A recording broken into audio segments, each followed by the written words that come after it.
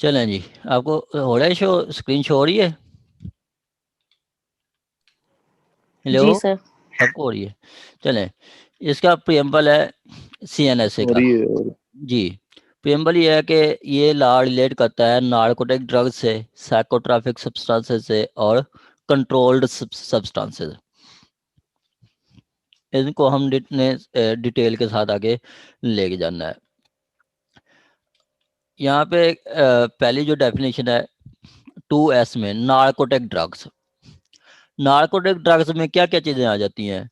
उसमें उन्होंने बताया कि उसमें कोका लीफ आ जाता है, कनाबिस आ जाता है, हेरोइन, ओपियून, उसके अलावा पोपी स्ट्रा, उसके अलावा ऑल मैन्युफैक्चर्ड ड्रग्स।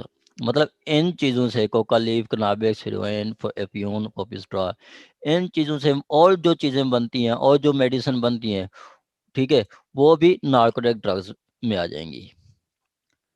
ठीक हो गया। Coca leaf, cannabis, heroin, opium, poppy straw and all manufactured drugs.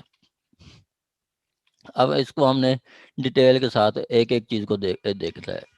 अगर आप खुद पढ़े ना CNSA, तो वो आप स्टार्ट से करेंगी तो उनका कोई, जैसे हमने पहली डेफिनेशन पढ़नी है 2H, ठीक है, उधर कोई पहली डेफिनेशन और है, उससे कोई समझ नहीं आएगा। पहले हम डेफिनेशन पढ़ रहे हैं 2S, सेक्शन 2 की सब क्लास 2 में है, नार्कोटिक ड्रग्स, उधर कुछ और है।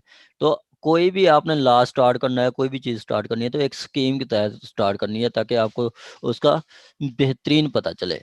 जैसे हमने बताया कि ये चीज़, तीन चीज़ें को बताता है जो आगे हम पढ़ते हैं। नार्कोटिक ड्रग्स, साइकोट्रॉपिक सब्सटेंसेस और कंट्रोल्ड सब्सटेंसेस। नार्कोटिक ड्रग्स को हम अब डिटेल के साथ पढ़ रहे हैं। उसमें फर्स्ट वो बता रहा है कि फर्स्ट है जी कोका लीफ। कोका लीफ की मैं आपको पिक्चर दिखाता हूँ, उसके बाद फिर आपको थोड़ा पता चलेगा। ये है जी कोका लीफ, ठीक है। कोका लीफ एक दरख्त होता है, ठीक है, उसके ये कोका एक दरख्त है, उसके ये लीव्स, ठीक है, ये भी मंशियात के तौर पर इस्तेमाल किए जाते हैं। इसकी वो आगे हिस्ट्री थोड़ा बता रहे हैं। Coca is any of the four cultivated plant in the family native to western South America. South America में ये ज़्यादा पाया जाता है। ठीक हो गया। उसके अलावा जो आपका फ्यून वगैरह का जो देखें तो अफगानिस्तान का जो सूबा कंधार है, वहाँ पे बहुत ज़्यादा ये ड्रग्स जो है ना प्रोड्यूस की जाती है, मतलब कल्टीवेट की जाती है। ठीक है, वहाँ अफगानिस्तान का जो मेजर सोर्स ऑफ इनकम है वो भी यही मंशा से ही आता है।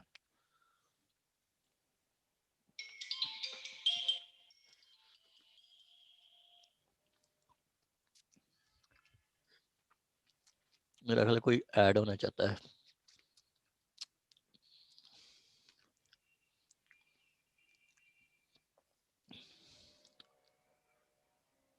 अच्छा, वो ग्रुप में मैसेज आ रहे थे। चलें जी, ऐड होने के लिए मैसेज आ रहे थे।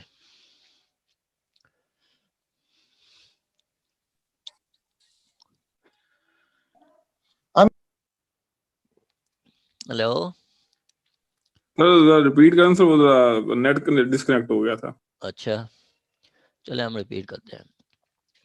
ठीक हो गया। हम पढ़ रहे थे, ये कोका लीफ पढ़ रहे थे। ठीक हो गया, ये कोका लीफ है। आगे हम इसको स्टार्ट करते हैं। कोका लीफ क्या चीज़ है? The leaf of coca Bush. Coca Bush ये प्लांट है जो अब मैं आपको दिखा रहा हूँ। इसका वो बता रहे हैं कि कोका लीफ में क्या चीज़ आ जाती है। The leaves of coca bush, मतलब सिर्फ उसके पत्ते, एक्सेप्ट, उसके अलावा, except leave from with all कोकी। आवाज़ आ रही थी किसी की? चले, कोका लीफ को आप इतनी समझ लें कि leaf of Coca of any mixture there of. Coca leaf और उसके साथ जो इसका और कोई मिक्सचर है वो भी आपका कोका लीफ में आ जाएगा। ये सारा आपको पिक्चर शो हो रही है, ये आपका कोका लीफ है। ठीक हो गया। या लीफ या उनका मिक्सचर, मतलब इनके लीव्स से जो चीज़ बना देते हैं, मतलब उनको मिक्स करके, तो वो भी आपका कोका लीफ में आ जाएगा, उसकी डेफिनेशन में आ जाएगा। दूसरा है cannabis. Cannabis mean any plant of genus cannabis, मतलब वो कनाबिस का कोई भी प्लांट हो सकता है। ठीक है, कनाबिस क्या है? ठीक है, कनाबिस ही आपका ये चर्स है, जिसको हम चर्स कहते हैं। जो पत्ते इनको एक मैं आगे ये चीज है, मैं इसको पिक्चर में दिखाता हूँ। कैनबिस की पिक दिखाएं। हाँ, ये पिक्चर, ठीक है। ये इन पत्तों को अगर खुश्क करके आपका मतलब उसको ग्राइंड किया जाता है तो वो उससे जो मिलता है पाउडर मिलता है उसको चर्स कहते हैं। ठीक है, उसको चर्स कहते हैं। ओके। एक सेकंड वेट करना, मैं रजिस्टर उठा लूं।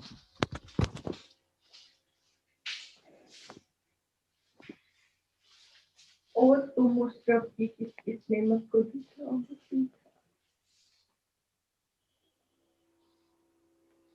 कैनबिस।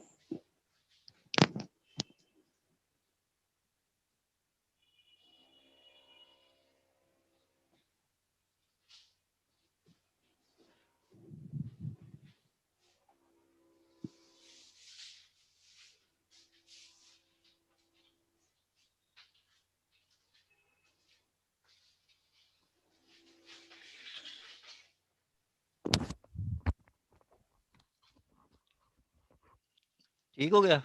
ये आपका ये कैनाबिस के का प्लांट है। ठीक है, कैनाबिस का अगर हम ऊपर इसकी डेफिनेशन देखते हैं, इसको ये कहता है कि आगे cannabis plant mean any plant of genus cannabis, मतलब किसी भी नस्ल का वो प्लांट हो सकता है। ठीक है, किसी भी नस्ल का भी प्लांट हो सकता है। ये कनाबिस चार्ट्स जिसे हम भंग भी कहते हैं। ठीक हो गया। Cannabis resin that is separated resin whether crude और प्योरिफाइड, मतलब क्रूड में कहता है कि कच्चा गुर्दा जिसे कहते हैं, और प्योरिफाइड में वो जो मतलब उसको खुश्क करके जो बाद में उससे चीज़ें इस्तेमाल मतलब चीज़ रिसीव की जाती है उन कनाबिस प्लांट से, उनको भी कनाबिस हेम्प कहते हैं। हेम्प मतलब भांग वगैरह। ठीक हो गया। ये चीज़ है, ये आपके कनाबिस का प्लांट है। ठीक है, इनको अगर खुश्क का मतलब इसका कच्चा गुर्दा भी आप इस्तेमाल भंग के तौर पे इस्तेमाल कर सकते हैं, और इनको खुश्क करके भी इनको इस्तेमाल कर सकते हैं। ठीक है, ये आपका ये भी उसके पत्ते हैं, कनाबिस का, कनाबिस प्लांट ही है ये। ठीक हो गया, ये कनाबिस प्लांट ही है।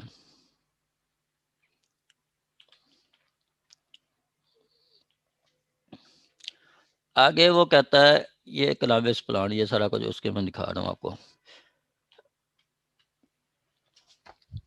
आगे कनाबिस की डेफिनेशन में दूसरी चीज़ आती है कि flowering or fruit tops of the cannabis plant, मतलब उसके जो ये फूल टाइप के हैं या उसके फ्रूट टाइप्स हैं वो भी सारे कनाबिस प्लांट्स में आ जाएंगे, उसमें से एक्सक्लूडिंग सीड और leaves when not accompanied by the tops, मतलब उसमें से आपसे सीड और लीव्स निकाल के बाकी जो फ्रूटिंग टॉप्स हैं या फ्लावरिंग टॉप्स हैं वो आपके कनाबिस में आ जाएंगे, हेम्प में आ जाएंगे। और दूसरा, एनी मिक्सचर विद और without natural material of any of the above form of cannabis और any drink prepared from him.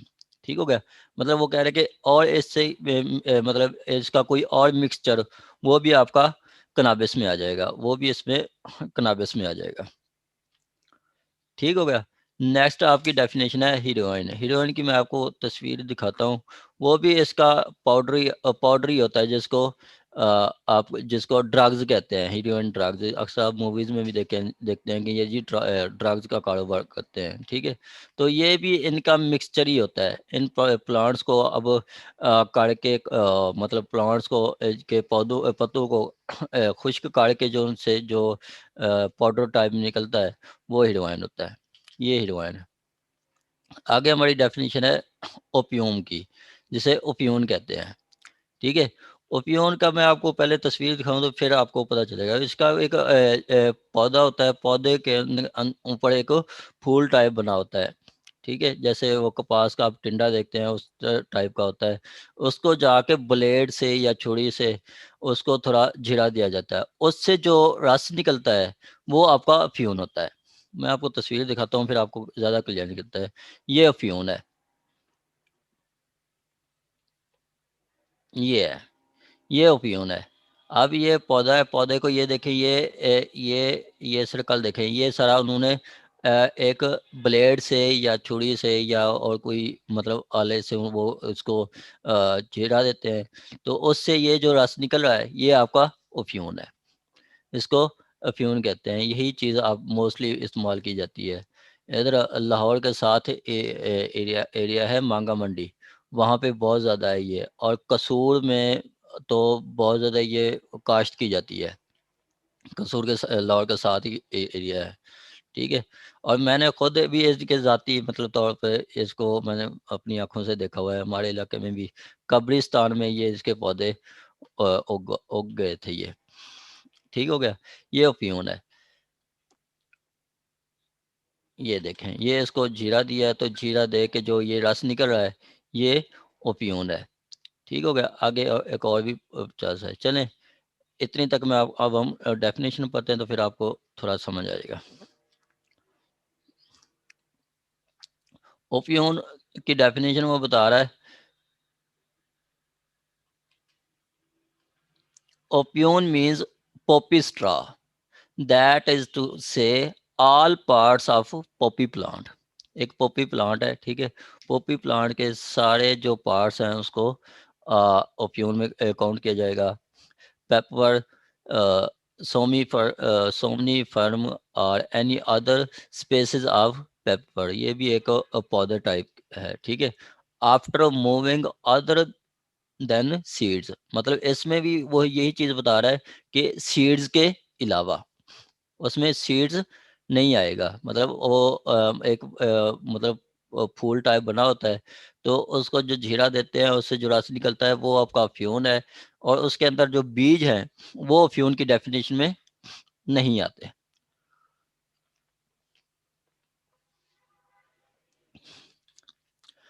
आगे कह रहा है कि spontaneously coagulated juice or capsule of poppy which has not been submitted to any manipulations other than those। Opium की definition एक बार दोबारा repeat कर दें। मैडम आपने ना ये जो ये वर्डिंग है, वर्डिंग तो शायद समझ आए, ठीक है। वर्डिंग बहुत मुश्किल लिखी हुई है। आपने जो ज़हन में रखा ना ये कि एक पॉपी स्ट्रा एक प्लांट है जो मैंने अभी आपको दिखाया है, उसके पौधे से जी जो रस निकलता है, उसके जो वो टिंडे से रस निकलता है वो आपका ओपियन है। बड़ा इसको हम दोबारा पढ़ लेते हैं, आपने वो बस अपने ज़हन में रखनी है, ठीक है। ओके। आगे वो कहता है कि ओपियन मीन्स, अच्छा दो चीज़ें होती हैं। अगर आप डेफिनेशन पढ़ते हैं ना, किसी भी एक्ट की डेफिनेशन पढ़ते हैं, ठीक है, तो उसमें दो चीज़ आ जाती है। ओपियन मतलब वो ओपियन मीन्स या ओपियन इंक्लूड, कोई भी एक्ट है जैसे डॉक्यूमेंट इंक्लूड या कोई आपका कोई भी डेफिनेशन आप देखते हैं जैसे गुड फेथ या किसी भी चीज़ की डेफिनेशन, तो वो स्टार्ट होती है मीन्स या इंक्लूड। इसके कोई किसी को पता है या मीन्स और इंक्लूड में क्या फ़र्क होता है? मीन्स और इंक्लूड, मीन्स तो मतलब, और इंक्लूड जो इसमें जो जो चीजें शामिल होती हैं। अब इसका मैं आपको, ये भी मीन्स है, मैं आपको इंक्लूड दिखाता हूँ। मीन्स जरिया। जी जी, और कोई डिफाइन करे। ये देखें, अब ये देखें, ओपियम डेरिवेटिव इंक्लूड, ये इंक्लूड आ गया है, नजर आ रहा है आपको? जी जी सर, आ रहा नजर। ये इंक्लूड है, ठीक है। अगर हम पीछे चले जाएं तो वो कहीं पे मीन्स आ जाता है, कहीं पे इंक्लूड। किसी भी आप कोई ला के कोई भी डेफिनेशन देखें ना, देखेंगे इंटरप्रिटेशन क्लास में, तो वो ये लिखा होता है या इंक्लूड या आपका इंक्लूड होता है या मीन्स होता है। अब ये हमें बताता है general classes act. General classes act हमें यही बताता है कि आपका जो मीन्स होता है, मीन्स मीन वो मुकम्मल डेफिनेशन है, उसमें कुछ और ऐड नहीं कर सकते, ठीक है, वो मुकम्मल डेफिनेशन है। जबकि आपका जो इंक्लूड होता है उसमें कुछ और भी ऐड हो सकता है, ठीक है, उसमें कुछ और भी ऐड हो सकता है। जहाँ पे मीन्स आ जाए तो वही डेफिनेशन है, कंप्लीट डेफिनेशन है, उसमें और कुछ ऐड नहीं हो सकता। और जो इंक्लूड है ओके। उसमें कुछ और भी ऐड हो सकता है। ये जनरल क्लासेस एक्ट बताता है आपका, जनरल क्लासेस एक्ट 1897, ठीक है। वो जनरल क्लासेस एक्ट को फादर ऑफ ऑल लॉज कहते हैं। जहाँ पे भी हमें कोई कन्फ्यूजन मिलती है वो हमने उससे ही मतलब गाइड लेनी होती है। जैसे अगर आप देखें रेंट प्रिंसेस एक्ट है, या आपका जैसे कल हमने पढ़ा है ये दूसरा CNSA, कल हमने पढ़ा था कि जजेस अपॉइंट किए जाते हैं। अब ये CNSA में बता रहे हैं कि जज अपॉइंट करना है, ठीक है। अपॉइंट करने का तो हमें पता चल गया कि ये 30 अपॉइंट कौन करेगी, हाई कोर्ट 30 अपॉइंट करेगी। और अब इसमें हमें ये नहीं बताया गया कि किसने रिमूव किसने करना है। तो ये हमें जनरल क्लासेस एक्ट बताता है, उसका सेक्शन 21 है, वो ये बताता है कि जो 30 अपॉइंट कर सकती है वो 30 डिसमिस भी कर सकती है, ठीक हो गया। तो ये जनरल क्लासेस एक्ट हम बाद में CJ के सिलेबस में है, वो बाद में आप पढ़ते हैं, ठीक हो गया। ओपियन ओपियन की ये मुकम्मल डेफिनेशन बता रहा है। ओपियन means poppy straw, that is to say all parts of poppy plant. Peppers of ये उसका मतलब अभी शॉर्ट में लिख दिया है, peppers of somniferum or any other species of pepper after moving Poppy straw क्या होता है? poppy straw मैडम एक प्लांट है। ये वो जो देखें, आपने दिखाया था ग्रीन। हाँ ये प्लांट है। मैं आपको ये देखें,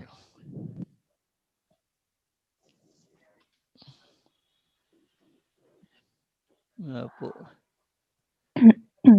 ये प्लांट है पॉपी स्ट्रॉ। पॉपी एक प्लांट है, ओपियन पॉपी। चले आगे, आगे और भी तस्वीरें मैं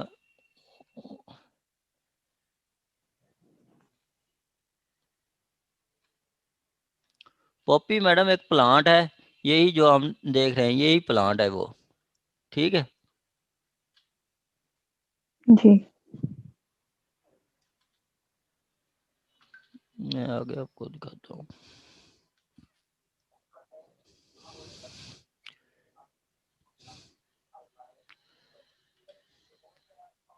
ये देखिए ओपियन पॉपी, ये आपको ब्रेड सीड और ओपियम पॉपी, ये पॉपी ओपियम पॉपी है, ये प्लांट है, ठीक है। और पॉपी एक प्लांट है, पॉपी एक प्लांट का नाम है, ठीक हो गया। यहाँ एक और ये जी। देखे, ये बता देखिए नीचे आ रहा है concentrate of Poppy straw. Poppy straw मतलब ये जो प्लांट जो है, ठीक है, प्लांट का नाम ही है, ठीक है, एक पौधे का नाम है। ओके। ये देखें ये पॉपी स्ट्रा है, देखे ये पॉपी जो है, पॉपी प्लांट है।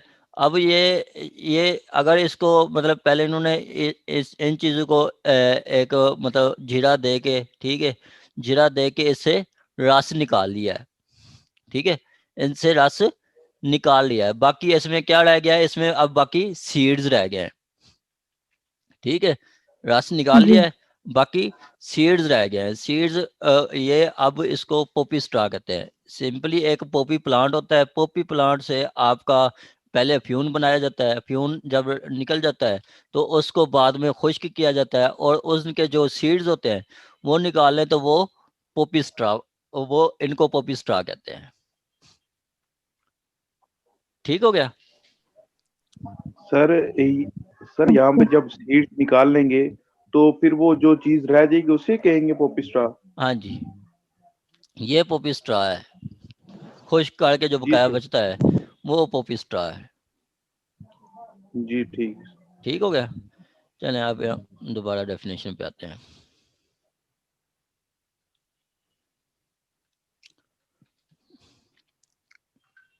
ये डेफिनेशन पता है क्या, सिर्फ समझने वाली है, बाकी रट्टे से याद नहीं होने वाली, बिल्कुल भी नहीं, आपको पता ही नहीं चलेगा। अगर ये तस्वीरें ना देखें, ये इस डॉक्यूमेंट को ना देखें, आप बुक्स में पढ़ते हैं, तो मेरा ख्याल है कोई 30 दिन भी पढ़ते रहे आपको समझ नहीं आएंगे कि क्या लिखा हुआ है, क्या हम पढ़ रहे हैं। हमारे साथ भी स्टार्ट में ऐसे ही था। कहते हैं poppy straw means poppy straw, that is to say all parts of poppy plant after moving other than seeds के अलावा। दूसरी में वो बता रहा है कि स्पॉन्टेनियसली कोagulated juice or capsule of poppy which has not been submitted to any manipulation other than the dose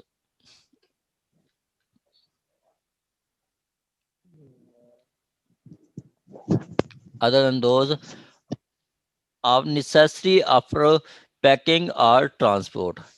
ठीक हो गया। तीसरे वो बता रहा है कि एनी मिक्सचर विद और विदाउट नेचुरल फिर मटेरियल। उसको थोड़ा सा क्या चीज? एलेबोरेट कर देते, पहले वाला वही जो अभी आपने पढ़ा था। वही मैडम, मैंने बताया कि पहले तो वो कहता है कि आपका जो ओपियून है, ओपियून का उन्होंने बताया कि पोपी स्ट्रा और all parts of poppy plant, all parts of poppy plant opium में आ जाता है। ठीक हो गया। दूसरे में वो बता रहा है कि स्पॉन्टेनियसली कोagulated जूस और capsule of poppy which has not been submitted for any manipulation other than those necessary for packing और ट्रांसपोर्ट। ठीक हो गया। उसके बाद वो कहता है कि उससे अगर अलहदा कोई जूस वगैरह निकलता है तो वो भी आपका ओफ्यून में आ जाता है। ठीक हो गया, वो भी जी। ओफ्यून में आ जाता है। और तीसरी वो बात कर रहा है कि एनी अदर मिक्सचर, मतलब ये इनके साथ और कोई आप अलहदा कोई मिक्सचर बनाते हैं तो वो भी ओफ्यून में आ जाता है। ठीक हो गया। लास्ट में उसने एक बात की है, कहता है but does not include any participation containing not more than containing not more than 2% of मोरफाइन। ठीक है। अगर उसमें 2% से ज़्यादा मोरफाइन नहीं है, ठीक है, तो वो उसको हम ओपियून नहीं कहेंगे। पीछे 3 चीज़ें मोर्फाइन क्या होता है? मोरफाइन भी ये एक इस तरह का ड्रग्स में ही आएगा मैडम।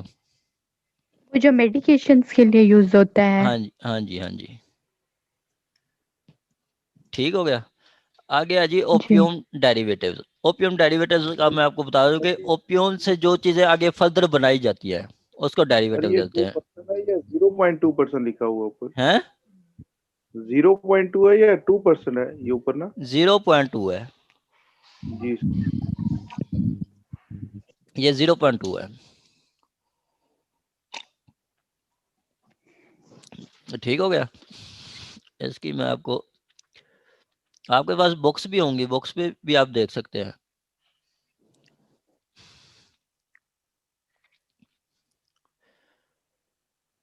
चले वो ऐड होने वाले थे। ठीक हो गया। चले ये आगे आ जी ओपियम डेरिवेटिव्स के। ओपियम से जो चीज बनाई जाती है वो ये है, ये देखें, ये सारे ओपियम डेरिवेटिव्स हैं। ठीक है। मतलब ओपियम से नेक्स्ट जो चीज़ें बनाई जाती हैं मैडम, ये आपका वो आ गया कि इनसे फिर मोरफाइन भी बनाई जाती है। ठीक है। और ये आगे फिर सारे नेम बताए गए हैं कि ये ओपियम से ये डेरिवेट होते हैं, मतलब उनसे ही बनाए जाते हैं। ठीक हो गया। यानी उसकी हम डेफिनेशन पढ़ते हैं। कहते हैं कि अब ये ओपियम डेरिवेटिव, ये देखें, ये इंक्लूड आ गया है। इंक्लूड मीन्स इसमें कुछ और भी ऐड कर सकते हैं। ये तो जो चीज़ हमने बताई है ये, इसके अलावा और भी कुछ चीज़ें ऐड हो सकती हैं। कहते हैं opium means medicinal opium, that is opium which has undergone the process necessary to adopt it for medicinal purpose. वो चीज़ें जो अफ्यून की, वो चीज़ें जो मेडिसिन पर्पज के लिए इस्तेमाल की जाती हैं, ठीक है, वो आपका अफ्यून बनती हैं। आपके देखें ना कि मेडिसिन में देखें तो कम अज़ कम कोई 70% मेडिसिन है जो इन मकसद के लिए, मतलब जिनमें ये नार्कोटिक्स इस्तेमाल की जाती है, नशा इस्तेमाल किया जाता है। आप अक्सर सर मेडिसिन में जो ये ड्रग्स वगैरह यूज की जाती हैं उसकी कोई क्वांटिटी वगैरह प्रोविंशियल या फेडरल गवर्नमेंट फिक्स कर देती है? हाँ जी मैडम, सही कह रही है। वो सेक्शन 3 में हमने यही कुछ पढ़ना है आगे। जी ठीक है, आगे वो वैसे तो इनकी पर्पस जो सेक्शन 4 कहता है कि इसकी कल्टीवेशन पे बैन है, कोई नहीं कर सकता। लेकिन गवर्नमेंट जिनको लाइसेंस इशू कर दे वो उसकी कल्टीवेशन कर सकते हैं। 3 मकसद बताए गए हैं, साइंटिफिक पर्पज के लिए, या इंडस्ट्रियल पर्पज के लिए, या आपका मेडिसिन के लिए।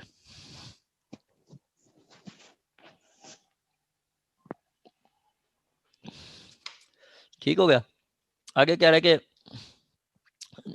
वो ओपियम डेरिवेटिव मीन्स वो जो वो सारे प्रोसेस ओपियम के साथ जो किए जाते हैं जो मेडिसिन पर्पज के लिए इस्तेमाल किए जाते हैं, या prepared opium, that is any produce of opium obtained by series of operation designed to transform opium into the extract suitable for smoking, and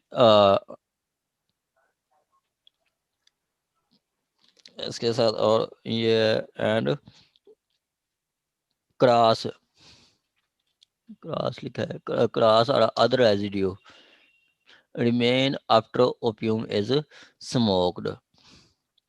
ये ओपियम डेरिवेटिव यही चीज़ है कि जो इनके दो ओपियम डेरिवेटिव से जो चीज़ें इस्तेमाल की जाती हैं, मतलब वो जो बनाई जाती हैं। आगे वो मोरफाइन आ गया, मोरफाइन का वो भी बन सकता है। Morphine that is principal alkaloid of opium having the chemical formula, ये आपने सारे केमिस्ट्री में पढ़ के आए होंगे। NO3 H19 C17 H19 NO3, ये है आपका फार्मूला उसका। एंड इट्स साल्ट, और उसका साल्ट भी आपका उसके डेरिवेटिव में आ जाएगा। ये सारी उसकी ओपियम की डेरिवेटिव्स है। और all preparation containing more than 2.2% of morphine or containing any, ये आपका वर्ड है। ठीक है, मतलब अगर 2% से ज़्यादा जिसमें भी मोरफाइन पाया जाएगा वो उसको भी हम ओपी डेरिवेटिव्स कहेंगे। 0.2% से ज़्यादा मोरफाइन जहाँ जिस मेडिसिन में जिस चीज़ में भी इस्तेमाल किया जाएगा तो वो भी आपका ओपियम डेरिवेटिव्स में काउंट किया जाएगा। आगे आ जाएगी पोपी स्ट्रा कंसंट्रेट। ठीक है, अब ये यहाँ पे मीन्स आ गया। मीन्स मतलब ये मुकम्मल डेफिनेशन है। कहता है the material obtain after the poppy straw has been subjected to process from the concentrate of its alkaloids। ठीक है, ये आपका पोपी स्ट्रा कंसनट्रेट की आगे ये चीज़ें बताई गई। ये पोपी स्ट्रा है, जब उससे रस निकल जाता है तो वो आपका पोपी स्ट्रा बन जाता है। ठीक है, ये आपका कंसनट्रेट ऑफ पोपी स्ट्रा, ये चीज़ें हैं कि जब दोबारा पक जाती है। कंसनट्रेट होता है एक्चुअली उस पर वो मतलब मज़ीद केमिकल फार्मूले, केमिकल एग्जामिनेशन करके उससे मज़ीद जो चीज़ें बनाई जाती हैं उसको कंसनट्रेट कहते हैं। कंसनट्रेट एक रूम होता है, मतलब केमिकल का लिए एक अलग एक आप रूम कह लो, या जहाँ पे केमिकल एग्जामिनेशन होती है। ठीक है, वो उसको कंसनट्रेट कहते हैं। उसके बाद आ गया जो opium Poppy means plant of Species Papaver Sopinum somniferum.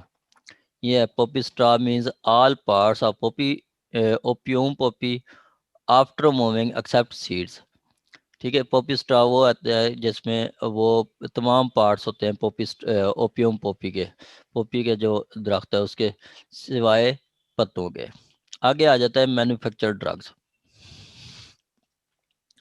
Manufactured drugs में कहता है कि ये इंक्लूड पे लिखा है, मैन्युफैक्चर्ड ड्रग्स इंक्लूड, मतलब इसमें मैन्युफैक्चर्ड ड्रग्स में कोई चीज़ और भी शामिल हो सकती है। ये जो इन्होंने डेफिनेशन की है ये मुकम्मल डेफिनेशन नहीं है।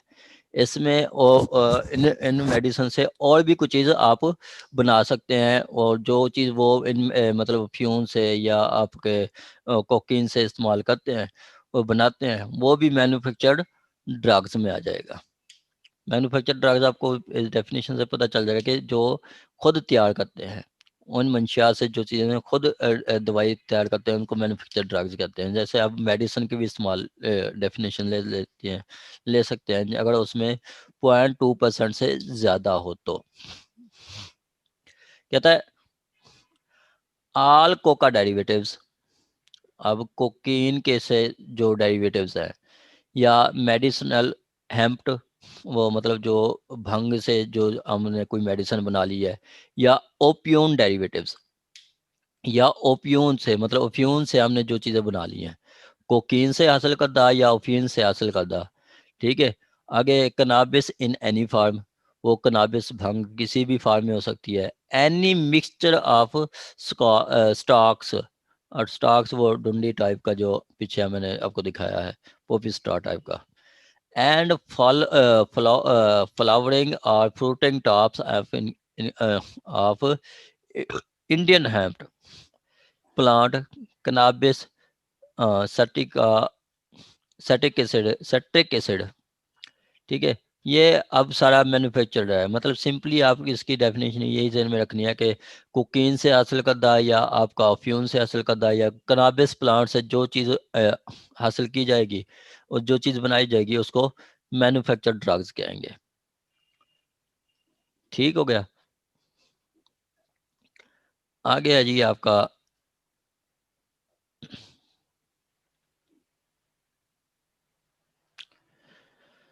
ये मैन्युफैक्चर ड्रग्स हैं। ठीक है, ये ड्रग्स बनाई गई हैं, मतलब जो आपकी मेडिसिन है। ठीक है, ये जो मंशियात से जो चीज़ बनाई जाती हैं वो मैन्युफैक्चर ड्रग्स हैं। वो कोकीन से हो सकती हैं, ओपियम से हो सकती हैं, कनाबिस से हो सकती हैं, कुछ से भी किसी चीज़ से भी हो सकती हैं। ये drugs manufactured goods practice check list. ठीक हो गया। ये आगे है जी आपका ये तकरीबन ये सारी आपकी मेन डेफिनेशन थी। आपके टेस्ट में यही जो 3-4 डेफिनेशन लिखी हैं आपके टेस्ट में हो सकती हैं। टेस्ट आपका मंडे वाले दिन होगा। मंडे वाले दिन आपको 4 बजे टेस्ट मिल जाएगा और आपने उस टेस्ट को अटेम्प्ट करके भेजना है बिफोर 8। ठीक हो गया, बिफोर 8 PM। तो अब हम इसको स्टार्ट करते हैं सेक्शन 3 से। जो सेक्शन 2 तक यही आपकी डेफिनेशन है। सर ये इम्पोर्टेंट डेफिनेशंस हैं। हाँ जी, ये मोस्ट इम्पोर्टेंट है, यही आएंगी और इसके अलावा कोई नहीं आएंगी। इसमें तो मैडम बाकी वाली छोड़ दें। मैं ये कभी नहीं कहूँगा कि आप फलां छोड़ दें। ठीक है, छोड़ना जी अपने रिस्क के पे है। ठीक है, मैंने इम्पोर्टेंट बताया है, मैंने ये नहीं कहा कि आप बाकी छोड़ दें।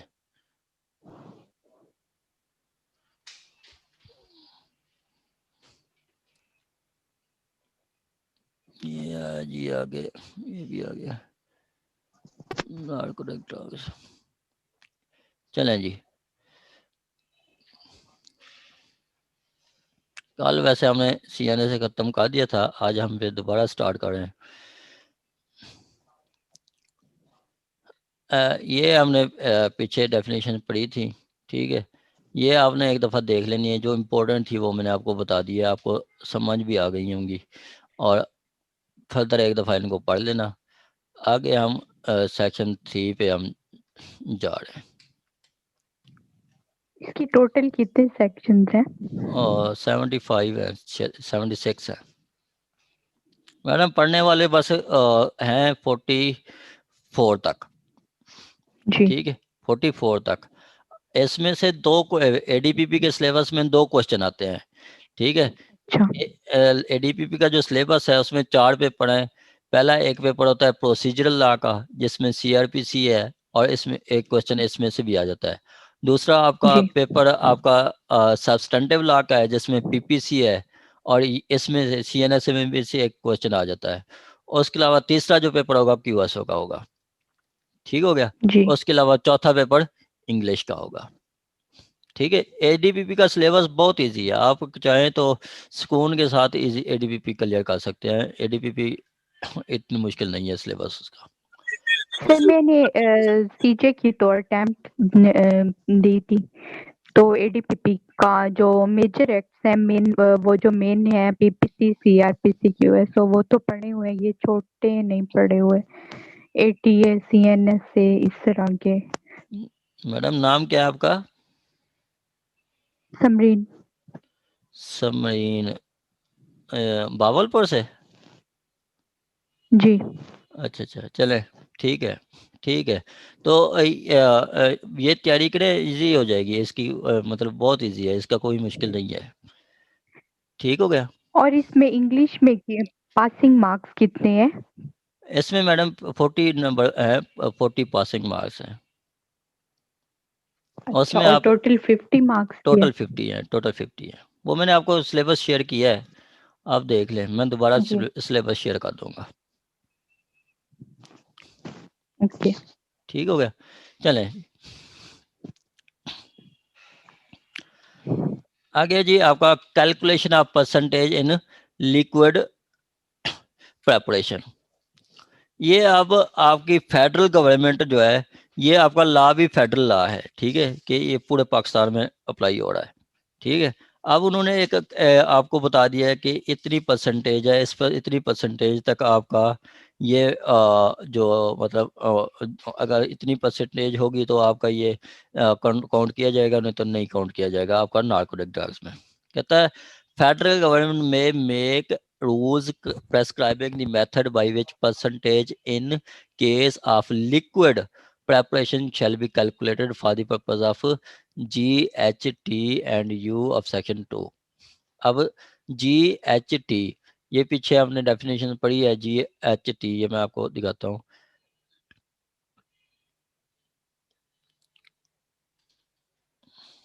ये देखें, अब वो कहता है कि कोका लीफ में आपकी कोकेन में कितनी परसेंटेज होगी। ठीक हो गया। और आगे जी में बता रहा है ये कोका डेरिवेटिव्स, मतलब कोकीन से जो डेरिवेटिव्स बनते हैं, जो चीज़ आप बनाते हैं, उसमें कितनी परसेंटेज होगी जिसको हम ड्रग्स में कहेंगे।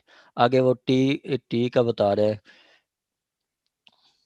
ये टी है, टी है ओपियोन। ओपियोन मतलब अफ्यून में कितनी ड्रग्स होगी जिसको आप कोकीन उसमें काउंट करेंगे कि ये ड्रग्स में शामिल होगी। ये फेडरल गवर्नमेंट आपकी बताती है।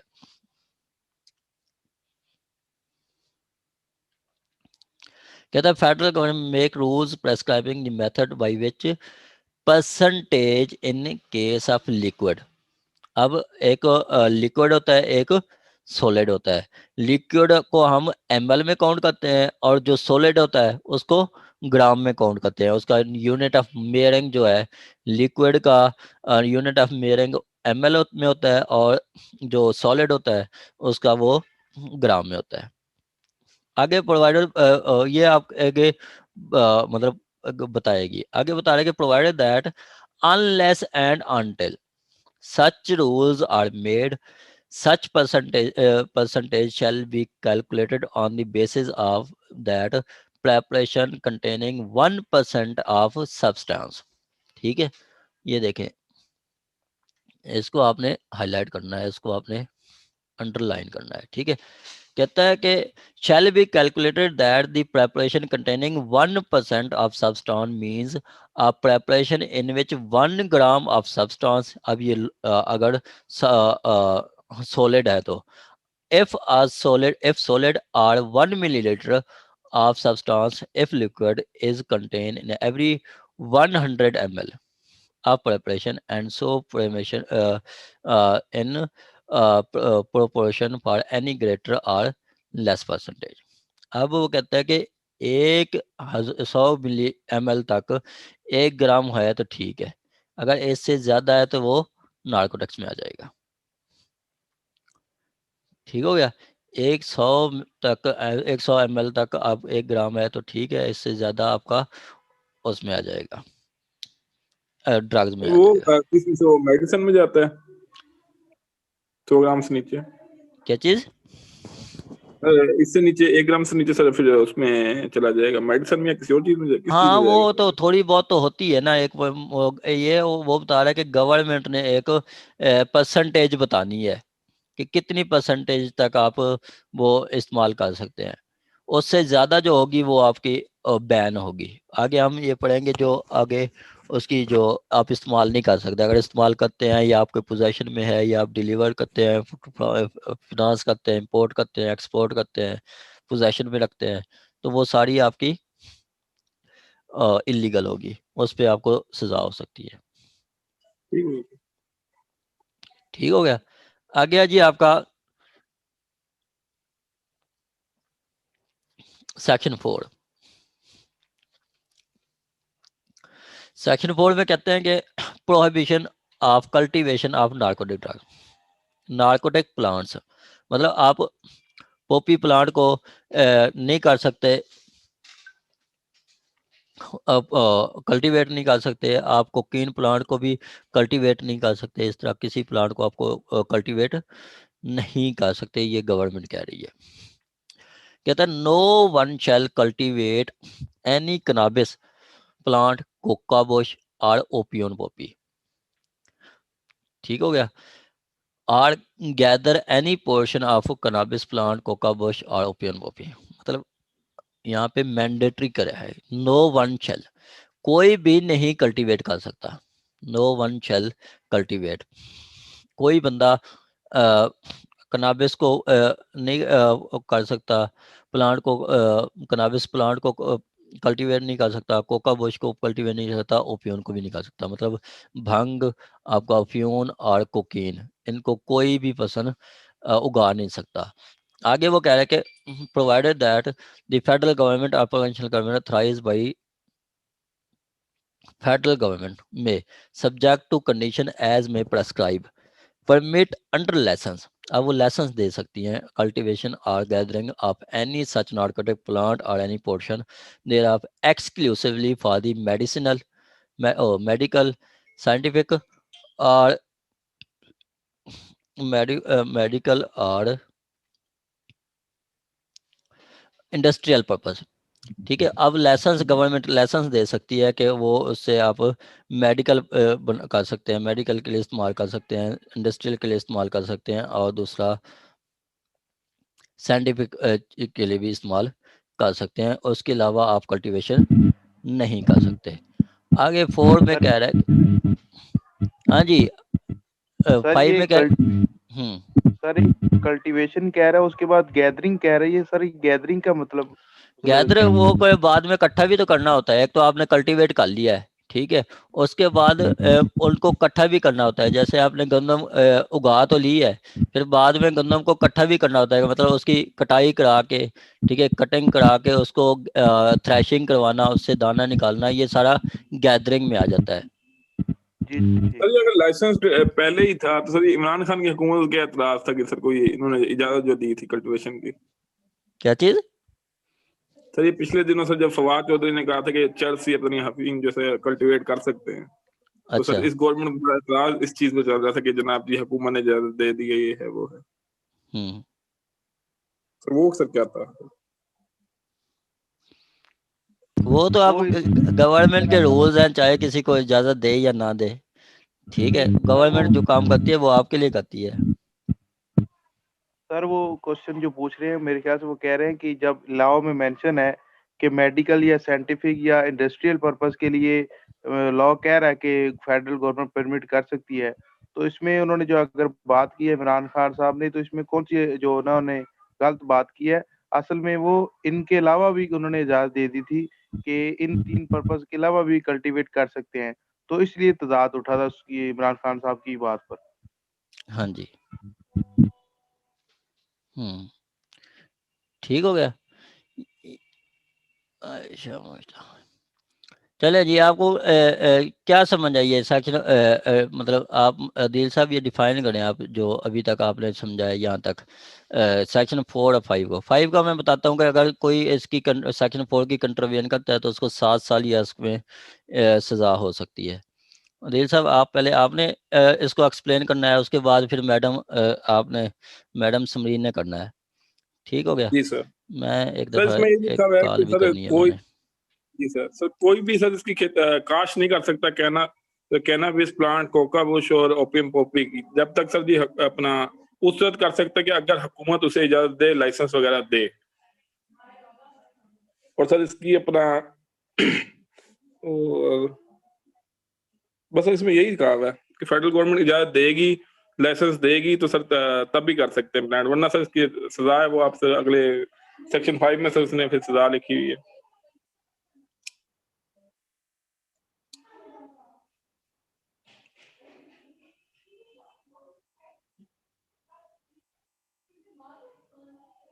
हेलो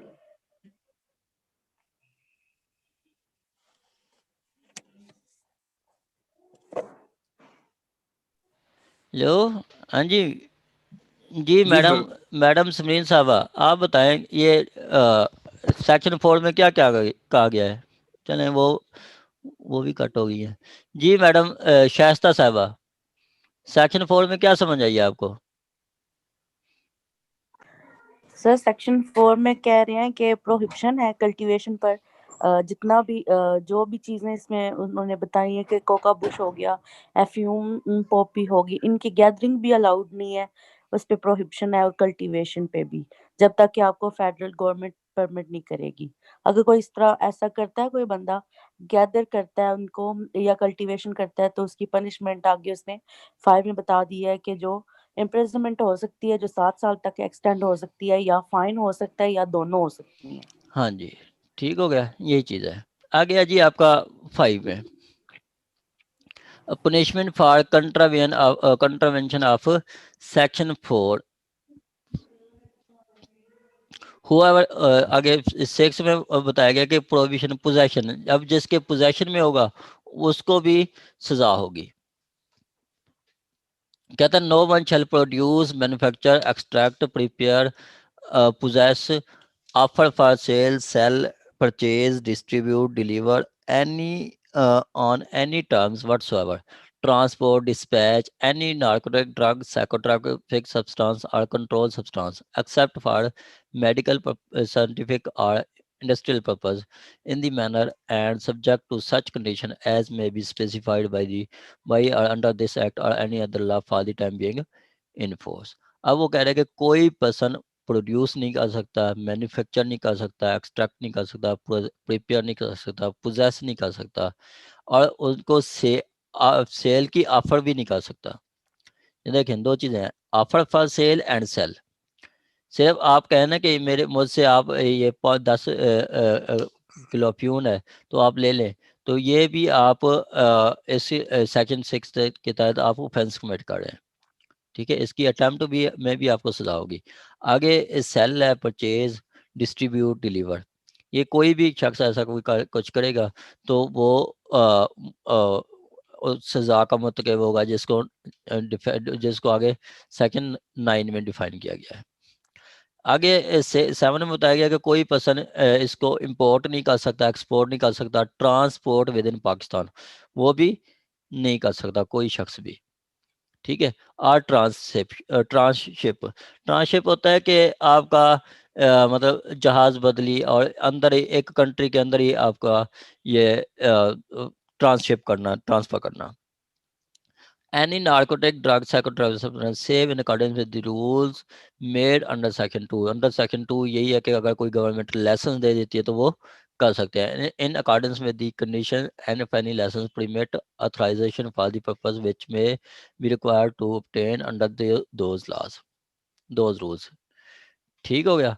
आ गया जी 8, कहता है प्रोहिबिशन ऑन ट्रैफिकिंग और financing the trafficking narcotic drugs ETC।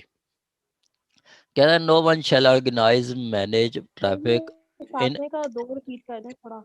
क्या चीज? 7 का 2 वाला 2 क्लॉज जो है 7 का 2 मैडम, उसमें ये बताया गया कि गवर्नमेंट चाहे तो ये यहाँ पे सेक्शन 7 में बताया गया कि आप इंपोर्ट नहीं कर सकते, एक्सपोर्ट भी नहीं कर सकते आप इसको ड्रग्स को। ठीक है, ड्रग्स को इंपोर्ट या एक्सपोर्ट नहीं कर सकते। वो कहता है कि save in accordance with the rules rules made under section 2, sub section 2। ठीक है, ये देखें, अब यहाँ पे बताया गया कि आप जो सब सेक्शन 2 है उसमें जो रूल्स बताए गए हैं इनके अलावा आप इनकी इंपोर्ट या एक्सपोर्ट नहीं कर सकते। सेक्शन 2 में ये बताया गया है, सब सेक्शन 2 में कि ये बताया गया कि अगर गवर्नमेंट चाहे तो किसी को लाइसेंस दे सकती है, लाइसेंस इशू कर सकती है कि वो इंपोर्ट एक्सपोर्ट कर ले, और उस लाइसेंस की जो टर्म्स एंड कंडीशन होगी उसके अकॉर्डिंग। ठीक हो गया। एंड उसको यही कंसेप्ट यही है। हम दोबारा इसको फिर पढ़ लेते हैं दो को। कहता है फेडरल गवर्नमेंट में make rules permitting and regulating import and export from Pakistan, transport within Pakistan, transship of narcotic drugs. ठीक है, अब वो गवर्नमेंट कोई रूल्स बना सकती है जिसमें वो परमिट करेगी, इजाजत देगी। ठीक है, और रेगुलेट करेगी कि कैसे हमने उसकी इजाज़त देनी है। ठीक है, या कैसे इंपोर्ट करना है, एक्सपोर्ट करना है, कैसे इजाज़त देनी है, वो सारे उसके लिए वो गवर्नमेंट रूल्स बना सकती है। एंड सच रूल्स में prescribe the ports or place at which are any kind of narcotic drugs, psychotropic substances or controlled substances may be imported, exported, transported within Pakistan or transshipped। अब वो government rules बता देगी कि किस बंदरगाह से, किस पोर्ट से और किस जगह से आपने इंपोर्ट करना है या एक्सपोर्ट करना है। ये भी गवर्नमेंट लाइसेंस के थ्रू आपको बताती है। जब भी आपको कुछ चीज़ का लाइसेंस दिया जाता है तो उसमें रूल्स लिखे होते हैं।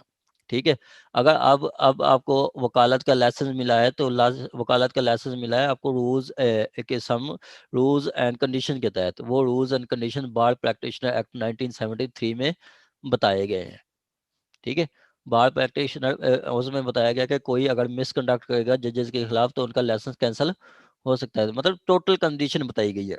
यहाँ पे यही बताया कि ये सेक्शन 2 गवर्नमेंट रूल्स बना सकती है, और इसी सेक्शन इसी का ही आपका इसी एक्ट का जो सेक्शन 77 है वो ये बताता है कि गवर्नमेंट रूल्स बना सकती है। ठीक है, गवर्नमेंट रूल्स बना सकती है, वो कल हमने पढ़ा भी है। ये है ये पावर टू मेक रूल्स, मतलब गवर्नमेंट इस एक्ट को कैरी आउट करने के लिए, इस मकसद इस एक्ट के पर्पज के लिए गवर्नमेंट रूल्स बना सकती है। ठीक हो गया। ये था आपका वो 7(2) में यही बताया गया कि आपने गवर्नमेंट ने रूल्स बनाने हैं, रूल्स बनाने हैं और बताना है कि कैसे इंपोर्ट किया जाएगा, कैसे एक्सपोर्ट किया जाएगा, किस बंदरगाह से इंपोर्ट किया जाएगा, किस जगह से इंपोर्ट किया जाएगा, एक्सपोर्ट किया जाएगा। And from and the condition of licence permit and authorize by which by which by which such license permit authorization may be granted, the fees that may be charged therefore, and any other matter required to have effective control of federal government say over such import export। ठीक हो गया। वो अब देखें, आपका licence है आपको वकालत के लिए, पहले आप जब लाइसेंस लेते हैं आपको फीस पे करनी पड़ती है लाइसेंस की, कोई आपको स्टार्ट में 20,000 पे करना पड़ता है। उसके बाद फिर सालाना लाइसेंस की फीस होती है 500-600 सालाना होती है। उसके बाद फिर आप और हाई कोर्ट का लेते हैं तो फिर लाइसेंस, वो सेम यही चीज़ बता रहा है कि गवर्नमेंट किसी को भी लाइसेंस दे सकती है। लाइसेंस की वो फीस होगी तो वो भी पे करनी पड़ेगी, गवर्नमेंट जो कंडीशन बताएगी उसके अकॉर्डिंग आपका लाइसेंस एक्सरसाइज होगा। आगे वो बताता है कि 8 प्रोहिबिशन ट्रैफिकिंग और financing the trafficking of narcotic drugs. No one shall. अब यहाँ पे ऐसे जो चीज़ें आ जाता है, ये नो वन शेल ये दोनों के लिए इस्तेमाल होगा। ठीक है, no one shall organize manage traffic और finance the import, export, transport, manufacturing or trafficking of narcotic drugs, psychotropic substances or controlled substances। ठीक हो गया, मतलब कोई मैनेज नहीं कर सकता, ऑर्गेनाइज नहीं कर सकता, ट्रैफिक नहीं कर सकता, फिनांस नहीं कर सकता इंपोर्ट एक्सपोर्ट को। ठीक हो, इंपोर्ट एक्सपोर्ट को। एक्सक्यूज मी सर, ये जो जी, कंट्रोल्ड सब्सटेंसेस है इसको थोड़ा कंट्रोल सब्सटेंस की भी मैडम डेफिनेशन बताएगी है, जिसको गवर्नमेंट ने कहा है कि ये चीज़ें आप मतलब नहीं इंपोर्ट एक्सपोर्ट कर सकते। इसकी डेफिनेशन मैं आपको पीछे दिखाता हूँ।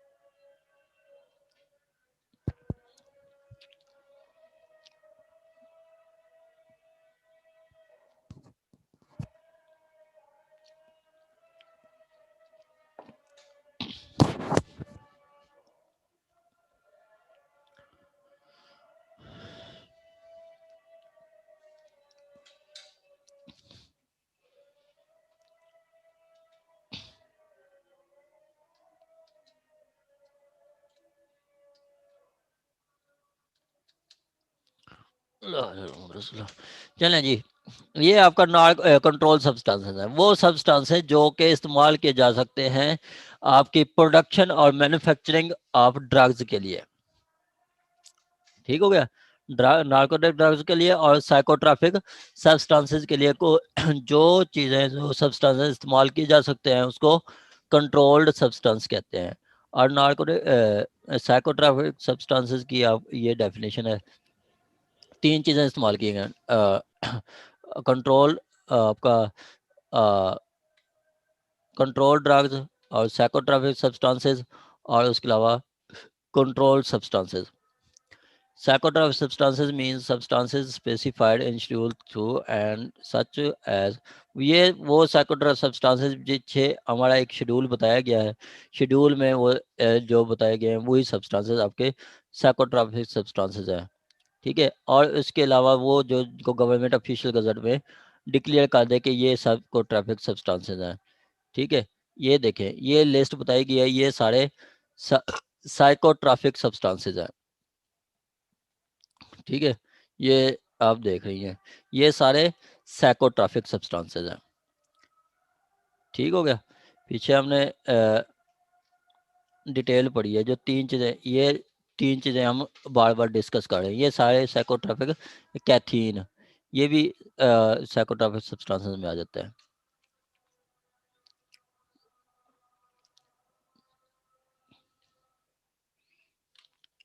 ठीक हो गया, अब मैं जी आपसे सर, ठीक है।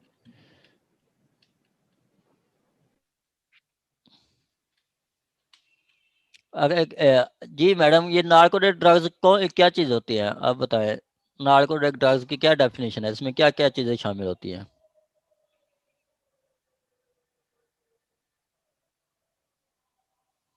शाइस्ता साहबा। जी सर। नार्कोटिक ड्रग्स में क्या चीज़ आ जाती है, नार्कोटिक ड्रग्स?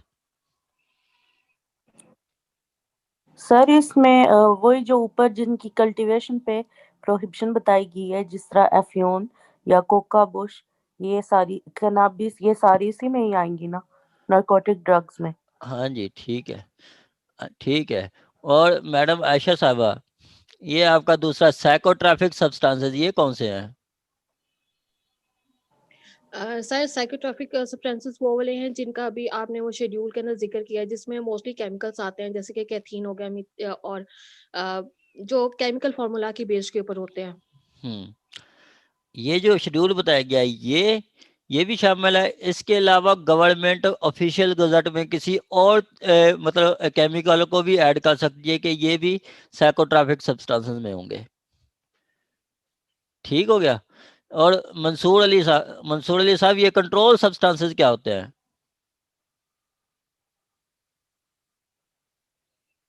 मंसूर अली नहीं है। ये लास्ट में वाइवो वाले कौन भाई जाना है, वाइवो S1?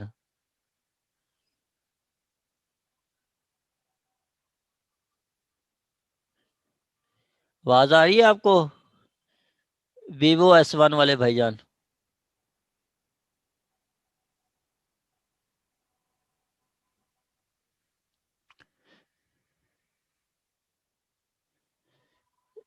चलें ठीक हो गया। आगे जी आपका सर ये अपना इसी को कहेंगे ना जो सर ड्रग्स बनाने के लिए इस्तेमाल होती हैं, सर दिल बोल रहा हूँ।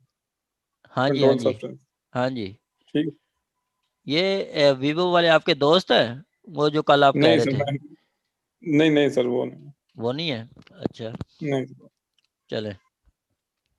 सर ये जो मेडिकेटेड ड्रग्स होती है, ये कंट्रोल्ड सब्सटेंसेस में आएंगी ना?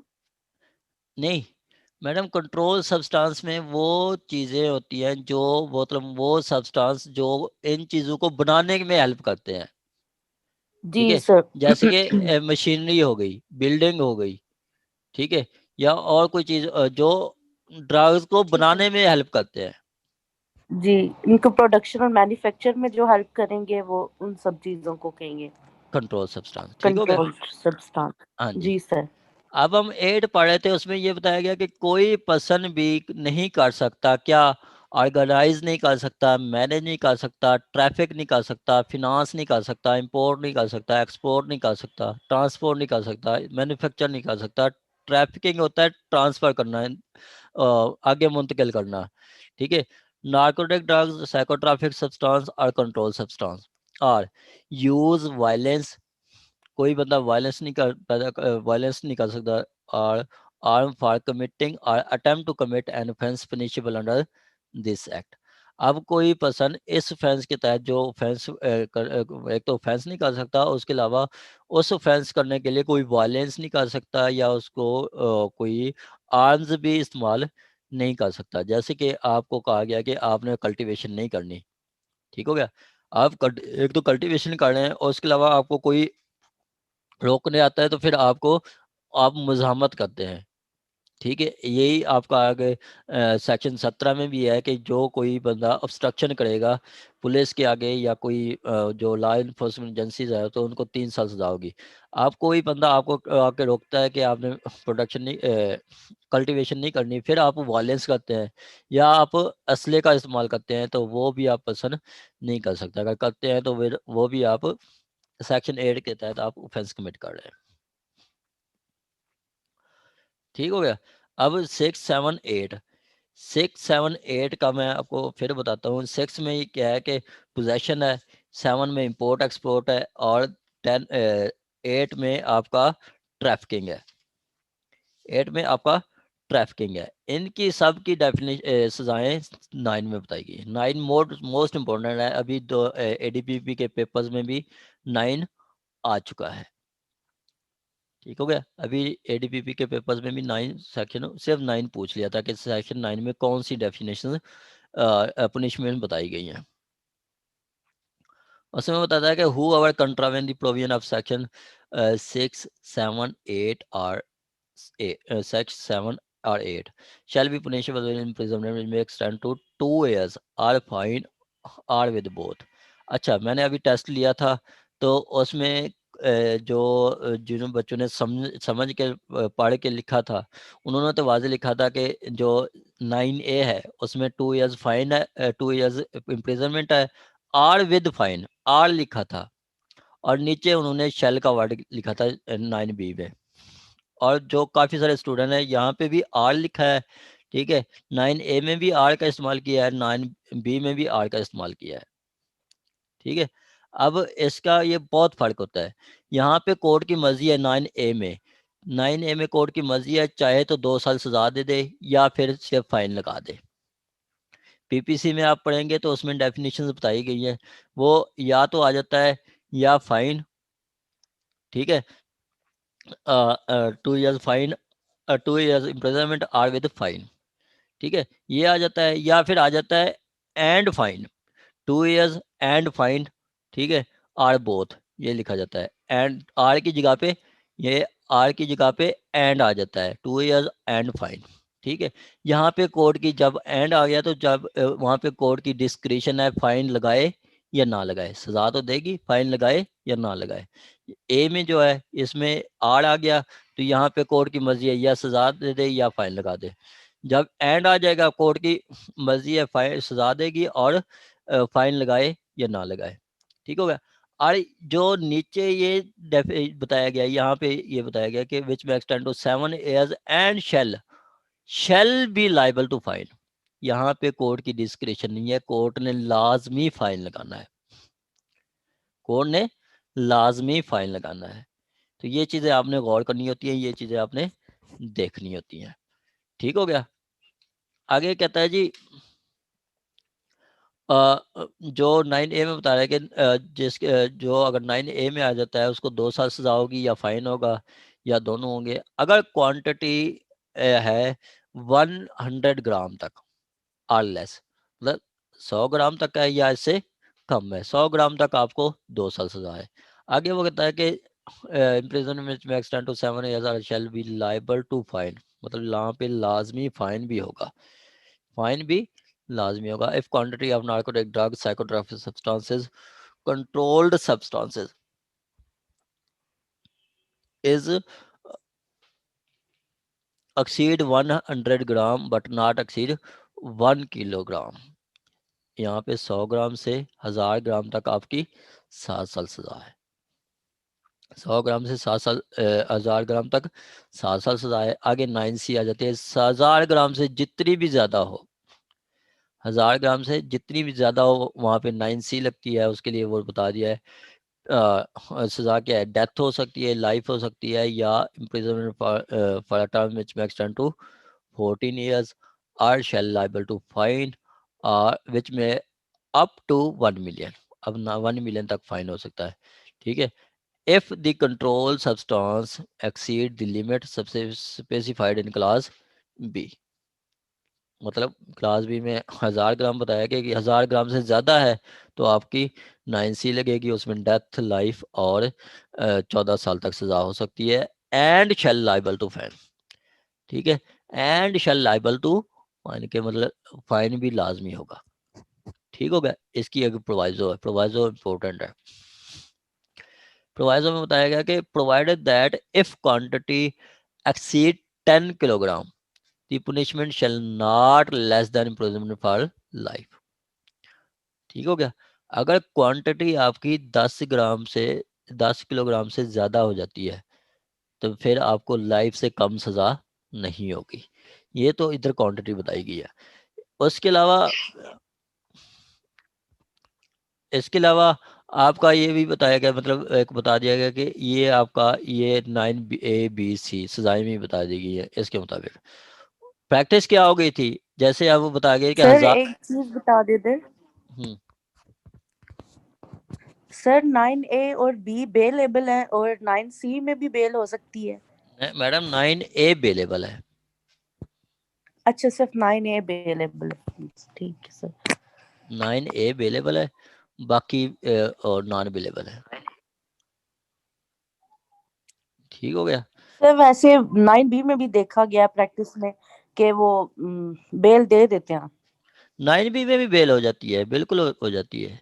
मेरी फर्स्ट जो मैंने प्रैक्टिस स्टार्ट की थी, मेरी पहली 9C में भी उधर एक बेल हुई थी, वो भी मिल जाती है। 9C में भी आपको मैंने कल बता रहा था कि 1250 ग्राम तक आपको बेल मिल जाती है।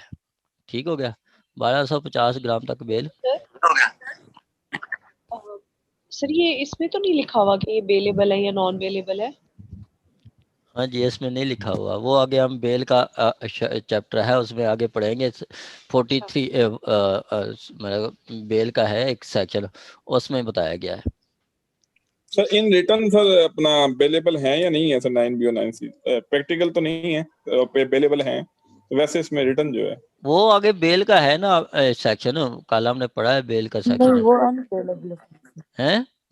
वैसे आपका जो शेड्यूल 2 है ना, CRPC का शेड्यूल 2 है, वो ये बताता है कि CRPC का। हाँ वैसे तो बेलेबल ऑफेंसेस नहीं है ना ये, वो अभी मैडम, आप बता रहे थे सिर्फ 9A बेलेबल है, बाकी दो नहीं है, लेकिन प्रैक्टिस यही देखने को मिलती हाँ कि जी, इसमें बेल दे देते 9C में। 9B में इजीली दे देते हैं, 9C में इतनी जल्दी कम अज कम सेशन कोर्ट आपको बेल नहीं देती। ठीक हो गया। 9C में आपको सेशन कोर्ट बेल नहीं देती। उसके अलावा मैं आपको बता रहा था कि जो शेड्यूल 2 है, ठीक है, वो आपका बताता है कि आपका जो 3 साल तक जिनकी सजाएं हैं, वो ऑफेंस जिनकी सजाएं 3 साल तक है, उनको बेलेबल कंसिडर किया जाता है, और जिनकी सजाएं 3 साल से ज़्यादा है उनको नॉन बेलेबल कंसिडर किया जाता है। ठीक हो गया। कल हमने बेल का एक सेक्शन पढ़ा था, है किसी को याद? मेरा अगर 41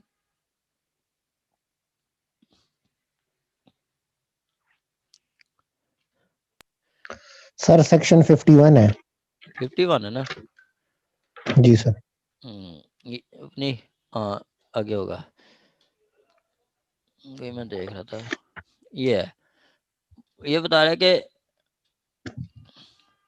notwithstanding contained charges bail shall not be granted to accused। Death sentence में बेल नहीं होगी, इसमें ये बताया था आपने।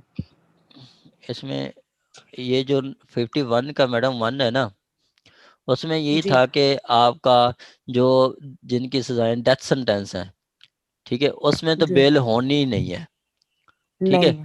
बाकी भी इन case of other offences punishable under this act bail shall not normally granted, normally grant नहीं की जाएगी। सपोज इस यहाँ से ये मुराद होता है कि आपका जो 9A है वो भी नॉन अवेलेबल है, ठीक है। ठीक हो मतलब गया। ये बताया गया कि आपका बेल नहीं देगी कोर्ट, ठीक है। हाँ, अगर उसको लगता है कि उसके ज़हन में लगता है कि ये जो केस है बेल के लिए फिट है, सिक्योरिटी जो है वो लेके बेल दे सकता हूँ, तो फिर कोर्ट दे दे, लेकिन डेथ वाले सेंटेंस में बिल्कुल नहीं होगी। ठीक हो गया।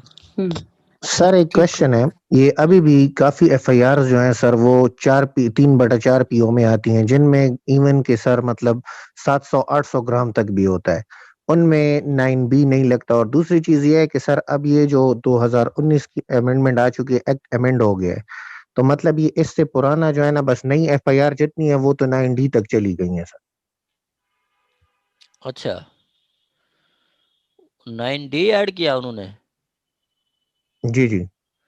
अच्छा, उसमें क्या है? केपी में जो है सर, केपी में ये है कि 9A जो है सर वो 1 ग्राम से लेके 50 ग्राम तक है। फिर 9B जो है सर वो 50 से लेके सर 100 ग्राम तक है। फिर 100 से लेके सर जो है 1000 तक 9C है। और फिर उसके बाद 9D जो है वो जो है सर मतलब 1000 से अबव है। नाम क्या है आपका? फिर इस एक्ट का क्या फायदा हुआ अगर इन्होंने बासित नाम। 9D लगानी है अपने पास नहीं तो?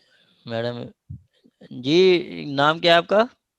सर बासित नाम है, ये मोबाइल मेरे ख्याल से सर वो कोई अच्छा वाइवो आ कल गया, बात मुझे हुई ज्यादा थी। यूज नहीं। जी सर, जी सर, जी ठीक है सर। ठीक है ठीक है।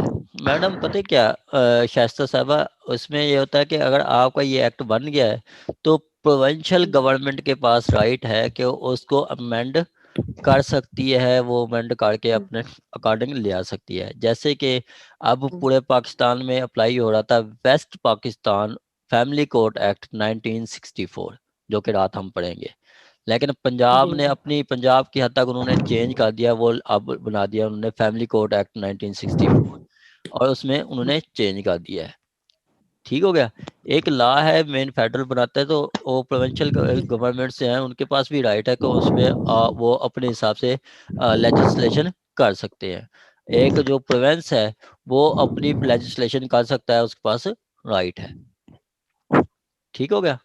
सर ये लेकिन बल्तिस्तान में सर जो अभी कोई नया सर अगर पास हुआ है कि वकील जैसे चेकिंग भी नहीं कर सकते किस क्या चेक चीज? पोस्ट पे होती है, तो किस वकील के चेक पोस्ट पे चेकिंग पुलिस भी नहीं कर सकती और आर्मी भी नहीं कर सकती, तो किसी वो भी सिर्फ बल्तिस्तान में गिलगित पास। बल्तिस्तान की चीफ जस्टिस ने एक ऑर्डर में दिया हुआ है, एक फैसला करते हुए, वो अभी कोई पास नहीं हुआ, उसमें कोई उन्होंने नोटिफिकेशन की है सिर्फ गिलगित बल्तिस्तान तक।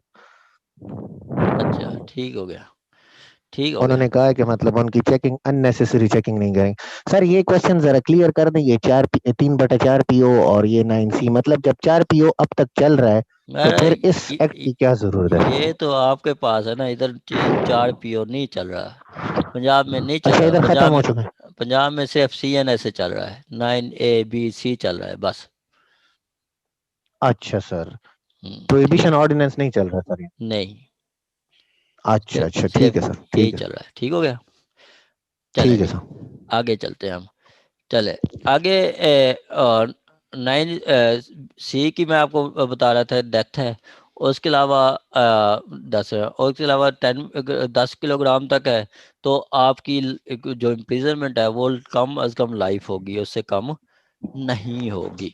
अगर 10 किलोग्राम से ज़्यादा आपको से ड्रग्स रिकवर होती है तो आपको सज़ा लाइफ इम्प्रिजनमेंट से कम नहीं होगी। ठीक है। अब मैं आपको बता रहा था कि इसकी जो प्रैक्टिस है ना, अब जैसे अब 9C की बता दिया कि 1000 ग्राम से ज़्यादा है, सपोज 4 किलो है, 5 किलो है, 10 किलो है, तो कोर्ट की मर्जी होती थी या उनको 14 साल सजा दे दे या 12 साल सजा दे दे, जो मर्जी कर ले। फिर ये कोर्ट को लगा कि ये नाइंसाफ़ी हो रही है। फिर खोसा साहब थे, जस्टिस आसिफ सईद खोसा साहब, जिन्हें क्रिमिनल का चैंपियन कहा जाता था। क्रिमिनल साइड पे उनकी बहुत प्रैक्टिस थी, बहुत कपाया के वकील, उनकी बहुत ज़्यादा जजमेंट्स अब भी लिखी जा रही हैं, पढ़ी जा रही हैं, उन पर अमल किया जा रहा है। और उनकी जजमेंट थी PLD 2018 सुप्रीम कोर्ट 595 पेज पे। उसने कहा कि नो सेकंड FIR भी नहीं हो सकती। यहाँ पे 9C पे उन्होंने 9 सेक्शन 9 पे उन्होंने एक साइटेशन दी थी, PLD 2009 लाहौर 362। ये मैंने सबको शेयर भी किया है, ठीक है। ये इसमें उन्होंने एक क्वांटिटी बता दी है कि सपोज कि जिसके पास 2 किलो है तो उसको इतनी सज़ा मिलेगी, 3 किलो है तो उसको इतनी सज़ा मिलेगी, 4 किलो है इतनी मिलेगी, 5 किलो है इतनी मिलेगी। इस तरह उन्होंने क्वांटिटी शो कर दी है। इस क्वांटिटी के तहत ही को अदालतों ने सजाएं देनी है। यहाँ पे फैसलाबाद पे एक जज साहब थे, उन्होंने इस साइटेशन की कंट्रावेंशन में एक सज़ा पास की थी। तो फिर हाई कोर्ट ने बुला लिया था कि हाँ जी मामू जी आपने ये कैसे दे दी है सज़ा, आपने साइटेशन नहीं पढ़ी थी। तो उनको इंक्वायरी लग गई थी। ये PLD 2009 Lahore 362, PLD 2009 Lahore 362 page पे ये और साइटेशन है। सर रिपीट करें सर, PLD 2009 2009 जी सर। लाहौर 362। Thanks sir. ठीक हो गया। हाँ जी अदील साहब बताएं, ये 9 की डेफिनेशन पनिशमेंट कौन कौन सी है? तो जेड़ा बोले वही बुआ खोले। सर ये अपना 100 ग्राम तक सर अगर है तो फिर 2 साल अपना सर कैद है, या सर फाइन है, या दोनों है सर। और सर ये बेलेबल भी है। और अगर सर यही सर क्वांटिटी 101 ग्राम से लेकर 1 किलो तक जाती है सर, 7 साल सजा है और 7 सर फाइन भी है। और सर अगर ये 1001 ग्राम यानी सर 1 किलो से ज्यादा चली गई तो सर ये डेथ सेंटेंस भी हो सकता है, एक्सटेंड टू 14 साल कैद, और सर फाइन हो सकता है 1 मिलियन तक, 10 लाख तक। और अगर सर ये 10 किलो से भी ज्यादा चली जाए तो फिर सर जो है लाइफ इम्प्रिजनमेंट से कम नहीं है सर। और सर ये नॉन अवेलेबल है दोनों BC। ठीक है जी। सोफिया साहबा क्या है ये आपका 9C की क्या पनिशमेंट्स हैं? जी सर 9C की पनिशमेंट्स है डेथ, लाइफ इम्प्रिजनमेंट होगी और एक्सटेंड टू 14 इयर्स ये होगा, और ये नॉन बेलेबल है। और सर इसमें उन्होंने जो क्वांटिटी बताई है वो सर तकरीबन 100 ग्राम सर से लेके 1000 ग्राम से ज्यादा तक के लिए ये बताया गया। 9B में है 100 ग्राम से 1000 ग्राम तक, ज्यादा नहीं सर 100 ग्राम जी सर वही। और 9C की क्या डेफिनेशन है और सजा है? सर 9C की बता रही हूँ, डेथ और या फिर लाइफ इम्प्रिजनमेंट। और ठीक हो गया जी। शाइस्ता सर इसमें फाइन होगा 1 मिलियन। ठीक है शाइस्ता तमूर साहब, 9C की प्रोवाइजो में क्या सजा दी गई है? सर 9C की प्रोवाइजो में कह रहे हैं कि अगर उसकी क्वांटिटी जो है वो 10 किलोग्राम से एक्सीड करे तो उसकी punish less than imprisonment for life कम नहीं होगी। ठीक है ठीक है। हाँ जी सलमान अली, आवाज आ रही है आपको? सलमान अली जी सर आ रही है आवाज। ये हेलो सेक्शन 4 की कंट्रावियन पे क्या सजा मिलती है? सर 7 इयर्स है। ठीक है अब एक्सटेंड अप टू 7 इयर्स और विद फाइन और बोथ। ठीक हो गया। हाँ जी मुजम्मिल साहब, सेक्शन 8 क्या कहता है?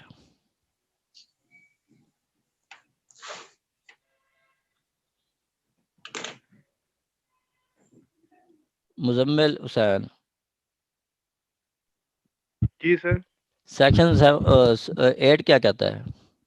ये कह रहा है प्रोहिबिशन जो ना कह रहा है कि ऑन ट्रैफिकिंग और फाइनेंसिंग दी ट्रैफिकिंग के मतलब ट्रैफिकिंग पे पाबंदी लगा रहा है, और उसकी जो भी उसको फाइनेंस करेगा नारकोटिक्स और ड्रग्स को, उस पे पाबंदी लगा रहा है ये सेक्शन 8 में ट्रैफिकिंग पर। कह रहा no one shall organise manage trafficking और finance the import transfer manufacturing of the trafficking of the narcotic drug substance और कंट्रोल, ऐसी मतलब वो कह रहा है कि इस पे पाबंदी लगा रहा है, कोई बंदा भी इसकी ट्रैफिकिंग नहीं कर सकता ये मनशियात की, ड्रग की। ठीक है, ठीक है जी। मैडम आयशा साहबा, सेक्शन 7 क्या कहता है? इसमें अगर वो वायलेंस करता है को arm for the committing of the attempt to commit an offence punishable this act, वो कह रहा है उससे अगर वो उसकी मजामत करता है, इसमें कोई चीज यूज करता है वो भी आ जाएगा, पनिशेबल होगा वो। ठीक हो गया, ठीक हो गया जी। मैडम आयशा साहबा, सर सेक्शन 7 है वो भी प्रोहिबिटरी है और उसके अंदर प्रोहिबिशन बताई हुई है कि इंपोर्ट और एक्सपोर्ट कोई बंदा नहीं कर सकता। अब उसके कुछ तरीके बताए गए हैं, जैसे कि कोई बंदा इंपोर्ट करता है पाकिस्तान के अंदर या फिर एक्सपोर्ट करता है पाकिस्तान से बाहर, या तो फिर उसको पाकिस्तान में ही कहीं जगह ट्रांसपोर्ट करता है या फिर ट्रांसशिप करता है। और इसकी जो पनिशमेंट है वो हमारे पास सेक्शन 9 के अंदर है। और सेकंड क्लॉज के अंदर ये बताया गया है कि अगर इसकी जो ट्रांसपोर्ट या जिस तरीके से भी इसको करना है वो सिर्फ गवर्नमेंट के रूल्स के मुताबिक ही होगा। जो फेडरल गवर्नमेंट है वो ही परमिट कर सकता है, रूल्स और रेगुलेशन उसी के मुताबिक होगा, अदरवाइज नहीं हो सकती है। ठीक हो गया। ये आपका ट्रांसपोर्ट और ट्रांसशिप में सर क्या फर्क होगा? ट्रांसशिप ये होता है कि मतलब अंदरून मुल्क में थोड़ा जहाज के थ्रू करना।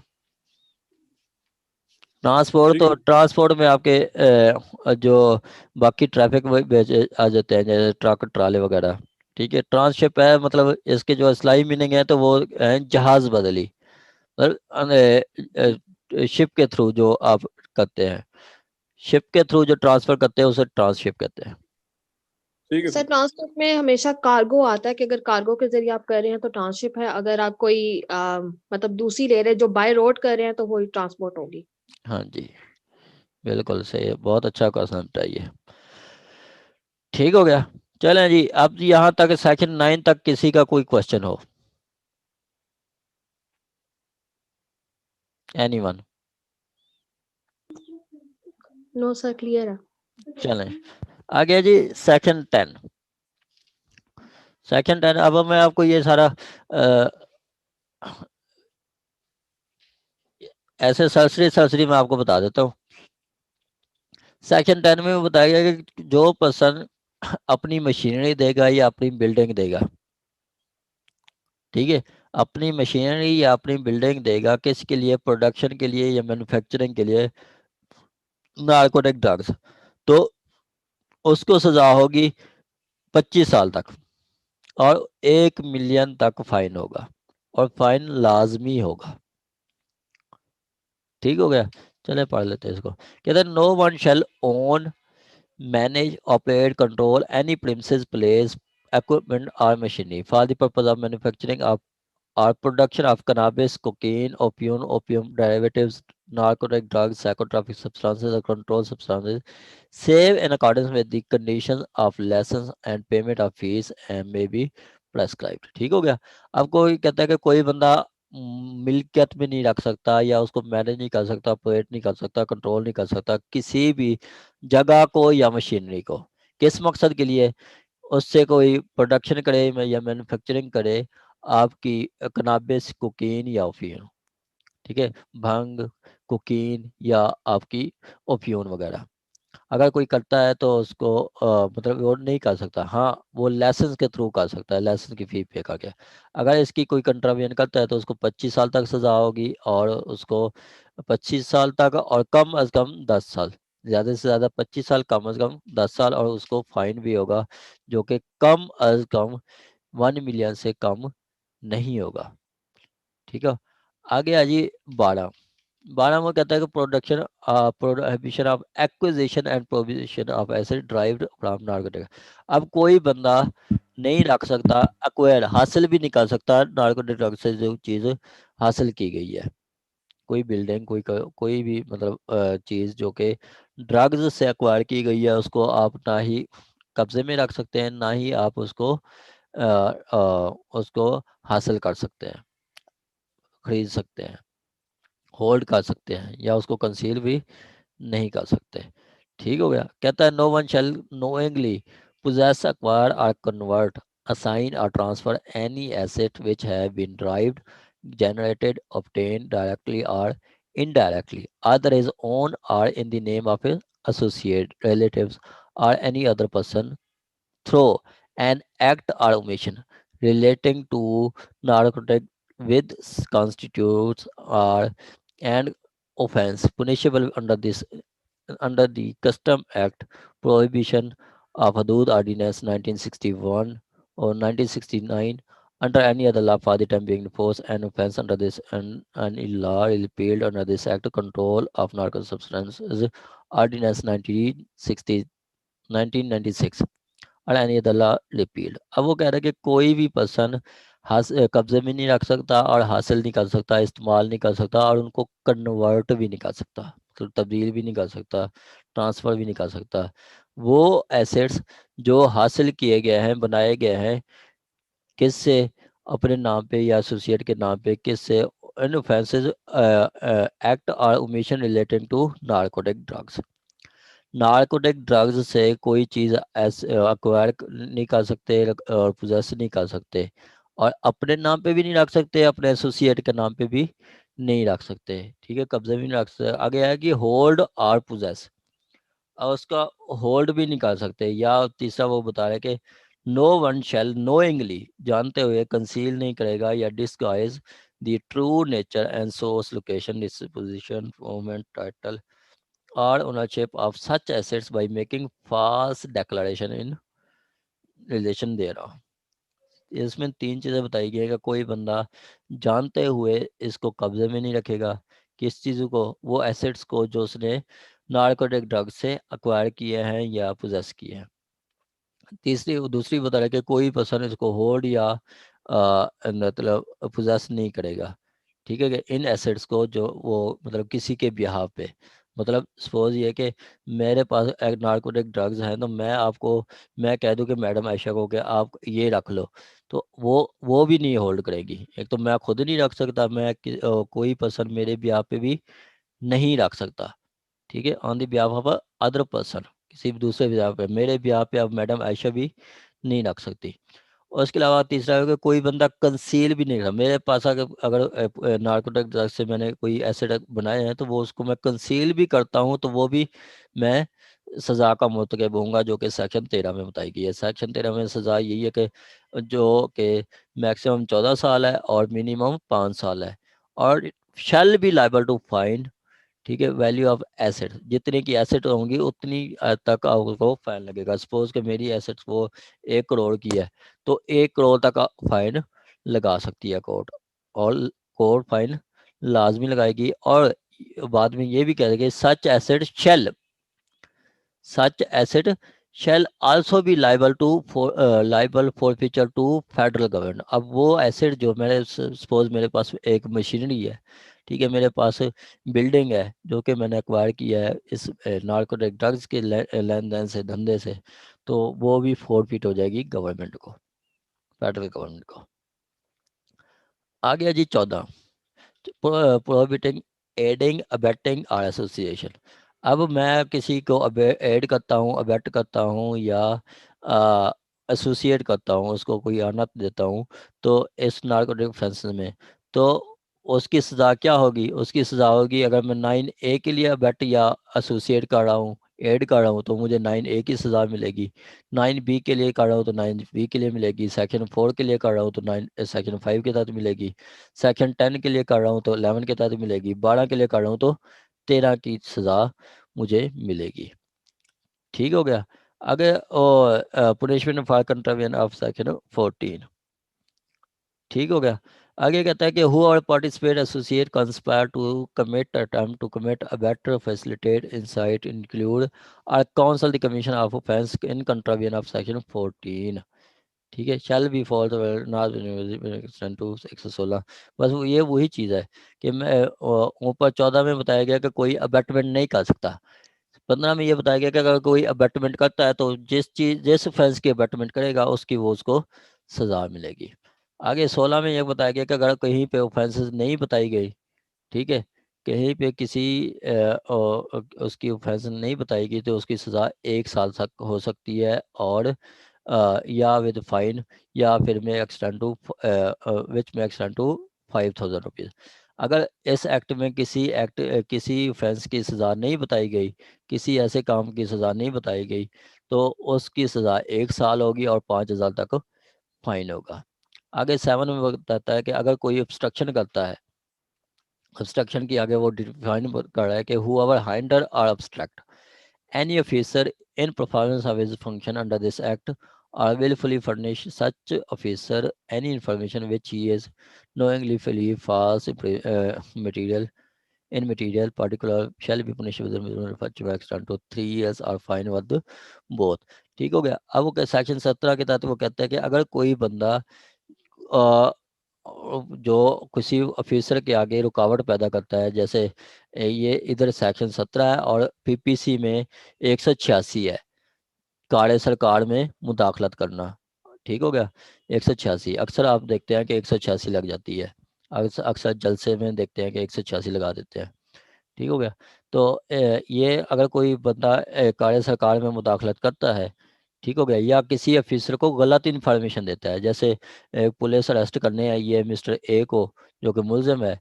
अब मैडम आयशा को पता है कि मिस्टर ए ये खड़ा है, ठीक है, उसके साथ खड़ा है, लेकिन वो कहती है कि ये मिस्टर ए नहीं है, मिस्टर ए तो वो जो पर्सन भागता जा रहा है वो मिस्टर ए है।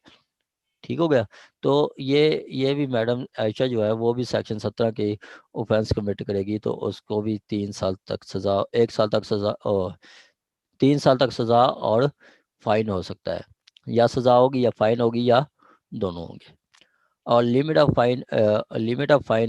फाइन यही है कि जितनी आपकी नार्कोटिक ड्रग्स की जो मतलब ऑफेंस मतलब चीज़ें होंगी, एसेट्स होंगी, उतनी तक फाइन लगेगा, उससे ज़्यादा फाइन नहीं लगेगा। सपोज कि आपने के पास आवाज़ आ रही है सबको? नहीं आ रही जी है, सर, आ रही है। जी सर, ठीक है। लिमिट ऑफ फाइन में बताया गया कि where for any offence under this act no amount of minimum fee has been pay fixed, special court shall impose a fine keeping view और क्वालिटी और country of narcotic drugs psychotropic substances control involve in commission of offence. अब fine लगाते वक्त court ने क्या चीज़ देखनी है? 2 चीज़ें देखनी है। एक तो देखेगी क्वालिटी एंड क्वांटिटी। आपके पास अफ्यून पकड़ी गई है तो किस क्वालिटी की है और कितनी क्वांटिटी है। सपोज अफ्यून पकड़ी गई है 10 किलो, ठीक है, और वो आला नस्ल की अफ्यून है, ठीक है, तो कोर्ट देखेगी कि 10 किलो का असेसमेंट लगाएगी कि 10 किलो है तो इसकी तो ये तो 1 करोड़ रुपए की है, तो आपको 1 करोड़ तक फाइन लगा देगी। ठीक हो गया। उसने क्वालिटी एंड क्वांटिटी देखती है फाइन लगाते वक्त। ठीक हो गया। आ गया है फॉर फीचर ऑफ एसेट्स, जिसको सजाएं, जिस ऑफेंडर को 3 साल तक सजा हो जाती है उसकी प्रॉपर्टी फॉरफीट हो जाती है गवर्नमेंट को। ये था आपका एक्ट 19 तक। यहाँ तक किसी का कोई कन्फ्यूजन हो, किसी का कोई क्वेश्चन हो तो आप पूछ सकते हैं। एनीवन?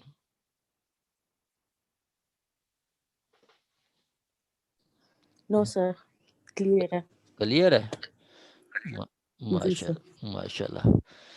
चलें, मैं अब फिर मैं मेरी बारी है फिर पूछने की। जी सर, जरूर। हाँ जी, बासित अली बताएं सेक्शन 14 क्या कहता है?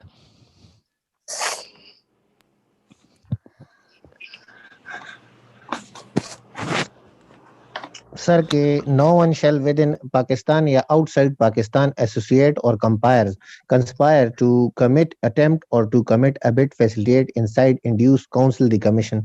मतलब कोई बंदा भी सर मतलब जो कि दूसरे बंदे के साथ एसोसिएशन में या उसके साथ इस काम करने की पार्टिसिपेशन में या जो है मतलब अटेम्प्ट टू कमिट में या उसको एड करे या उसको एबिट करे या किसी भी तरीके से फैसिलिटेट करे या उसको इंड्यूस करे कि मतलब वो ये काम करे, तो जो है सर वो इस उसमें आता है और जिसको मना किया गया हुआ है, और अगर वो करे तो इसकी सजा जो है सर वो सेक्शन 15 में दी गई हुई है।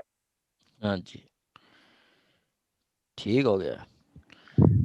जी मैडम आयशा साहबा, सेक्शन 17 क्या है?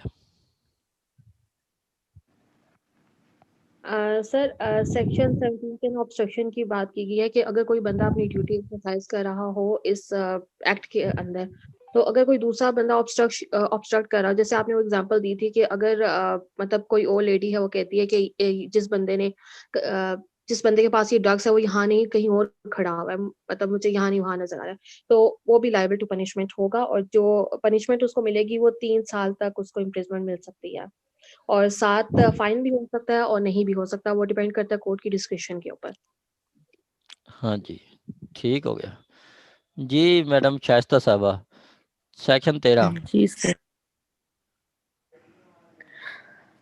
सर इसमें जो सेक्शन 12 था प्रोहिबिशन ऑफ एक्विजिशन के कोई एक्वायर कर रहा है या पोजेस कर रहा है तो उसकी पनिशमेंट इसमें बताई गई है कि सेक्शन 12 की पनिशमेंट में बता रहे हैं कि इम्प्रिजनमेंट हो सकती है जो कि एक्सटेंड टू 14 ईयर तक हो सकती है, लेकिन इससे कम 5 ईयर से कम नहीं होगी और shall also liable to fine कि उसको फाइन भी होगा इसमें, जो कि वैल्यू जितने भी उसकी एसेट्स होंगे उसकी वैल्यू को देखा जाएगा।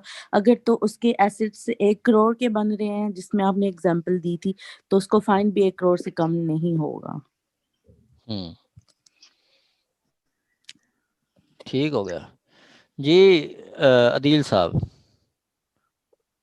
अदील साहब आवाज आ रही है आपको? जी सर, जी सर, जी सर। 11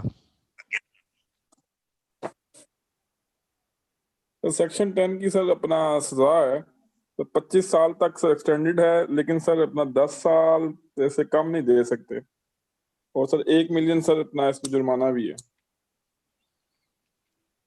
हाँ जी मुजम्मिल साहब। अगर सर कोई इसको वो देता है सर, अपनी जगह देता है या मशीनरी देता है सर, उस सूरत में। मुजम्मिल साहब आवाज आ रही है आपको? जी सर, जी सर। 9C की प्रोवाइजो क्या है?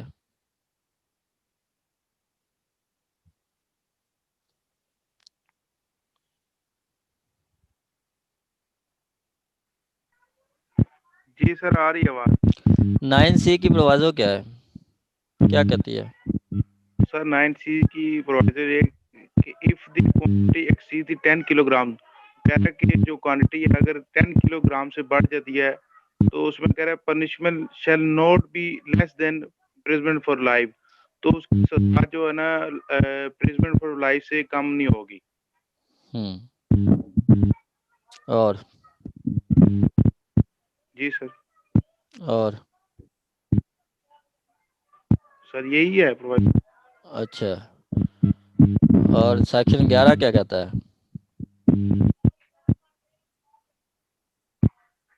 सर वो पनिशमेंट है, जो भी सेक्शन 10 की जो वायलेशन करेगा उसकी पनिशमेंट है उसमें। वो कह रहा है कि whoever contravenes the provision of this section 10 shall be punishable with the imprisonment which may be extend to 25 years।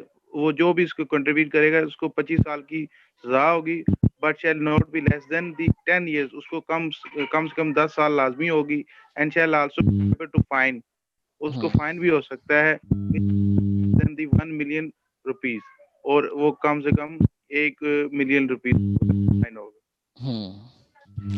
Ji madam Sophia साहबा, लास्ट क्वेश्चन आपसे, फिर क्लास एंड हो गई।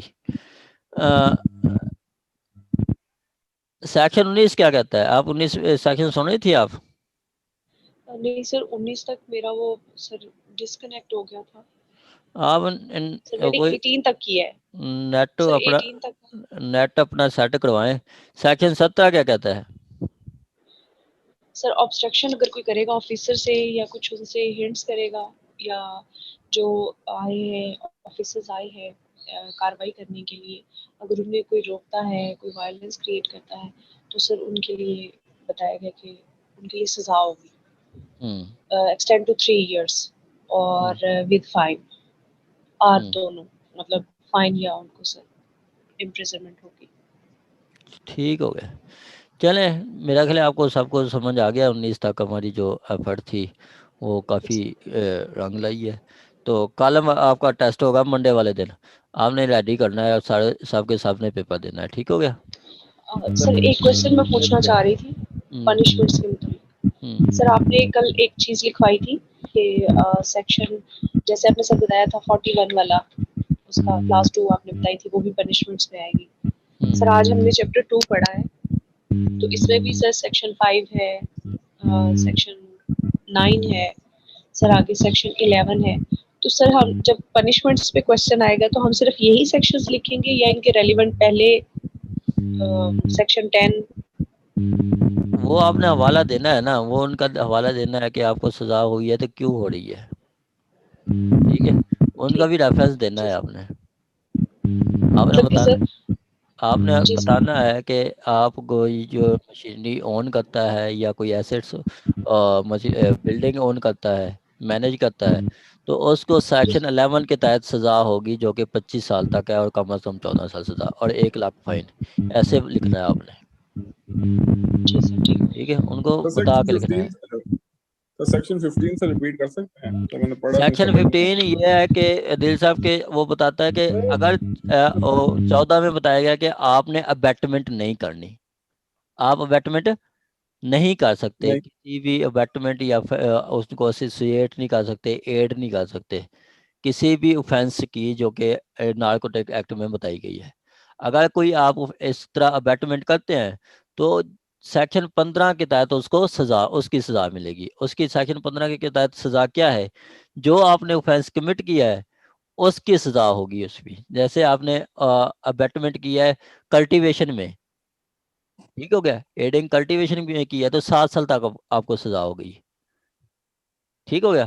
ठीक हो जी। हाँ जी, ऐसे इस तरह आप इंपोर्ट एक्सपोर्ट में किया है तो आपको 9A, B, C इसके तरह इस रेस्पेक्टिवली आपको सजा होगी, ठीक हो गया, ठीक हो गया?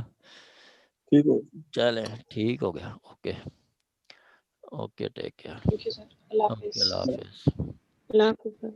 अल्लाह हाफिज।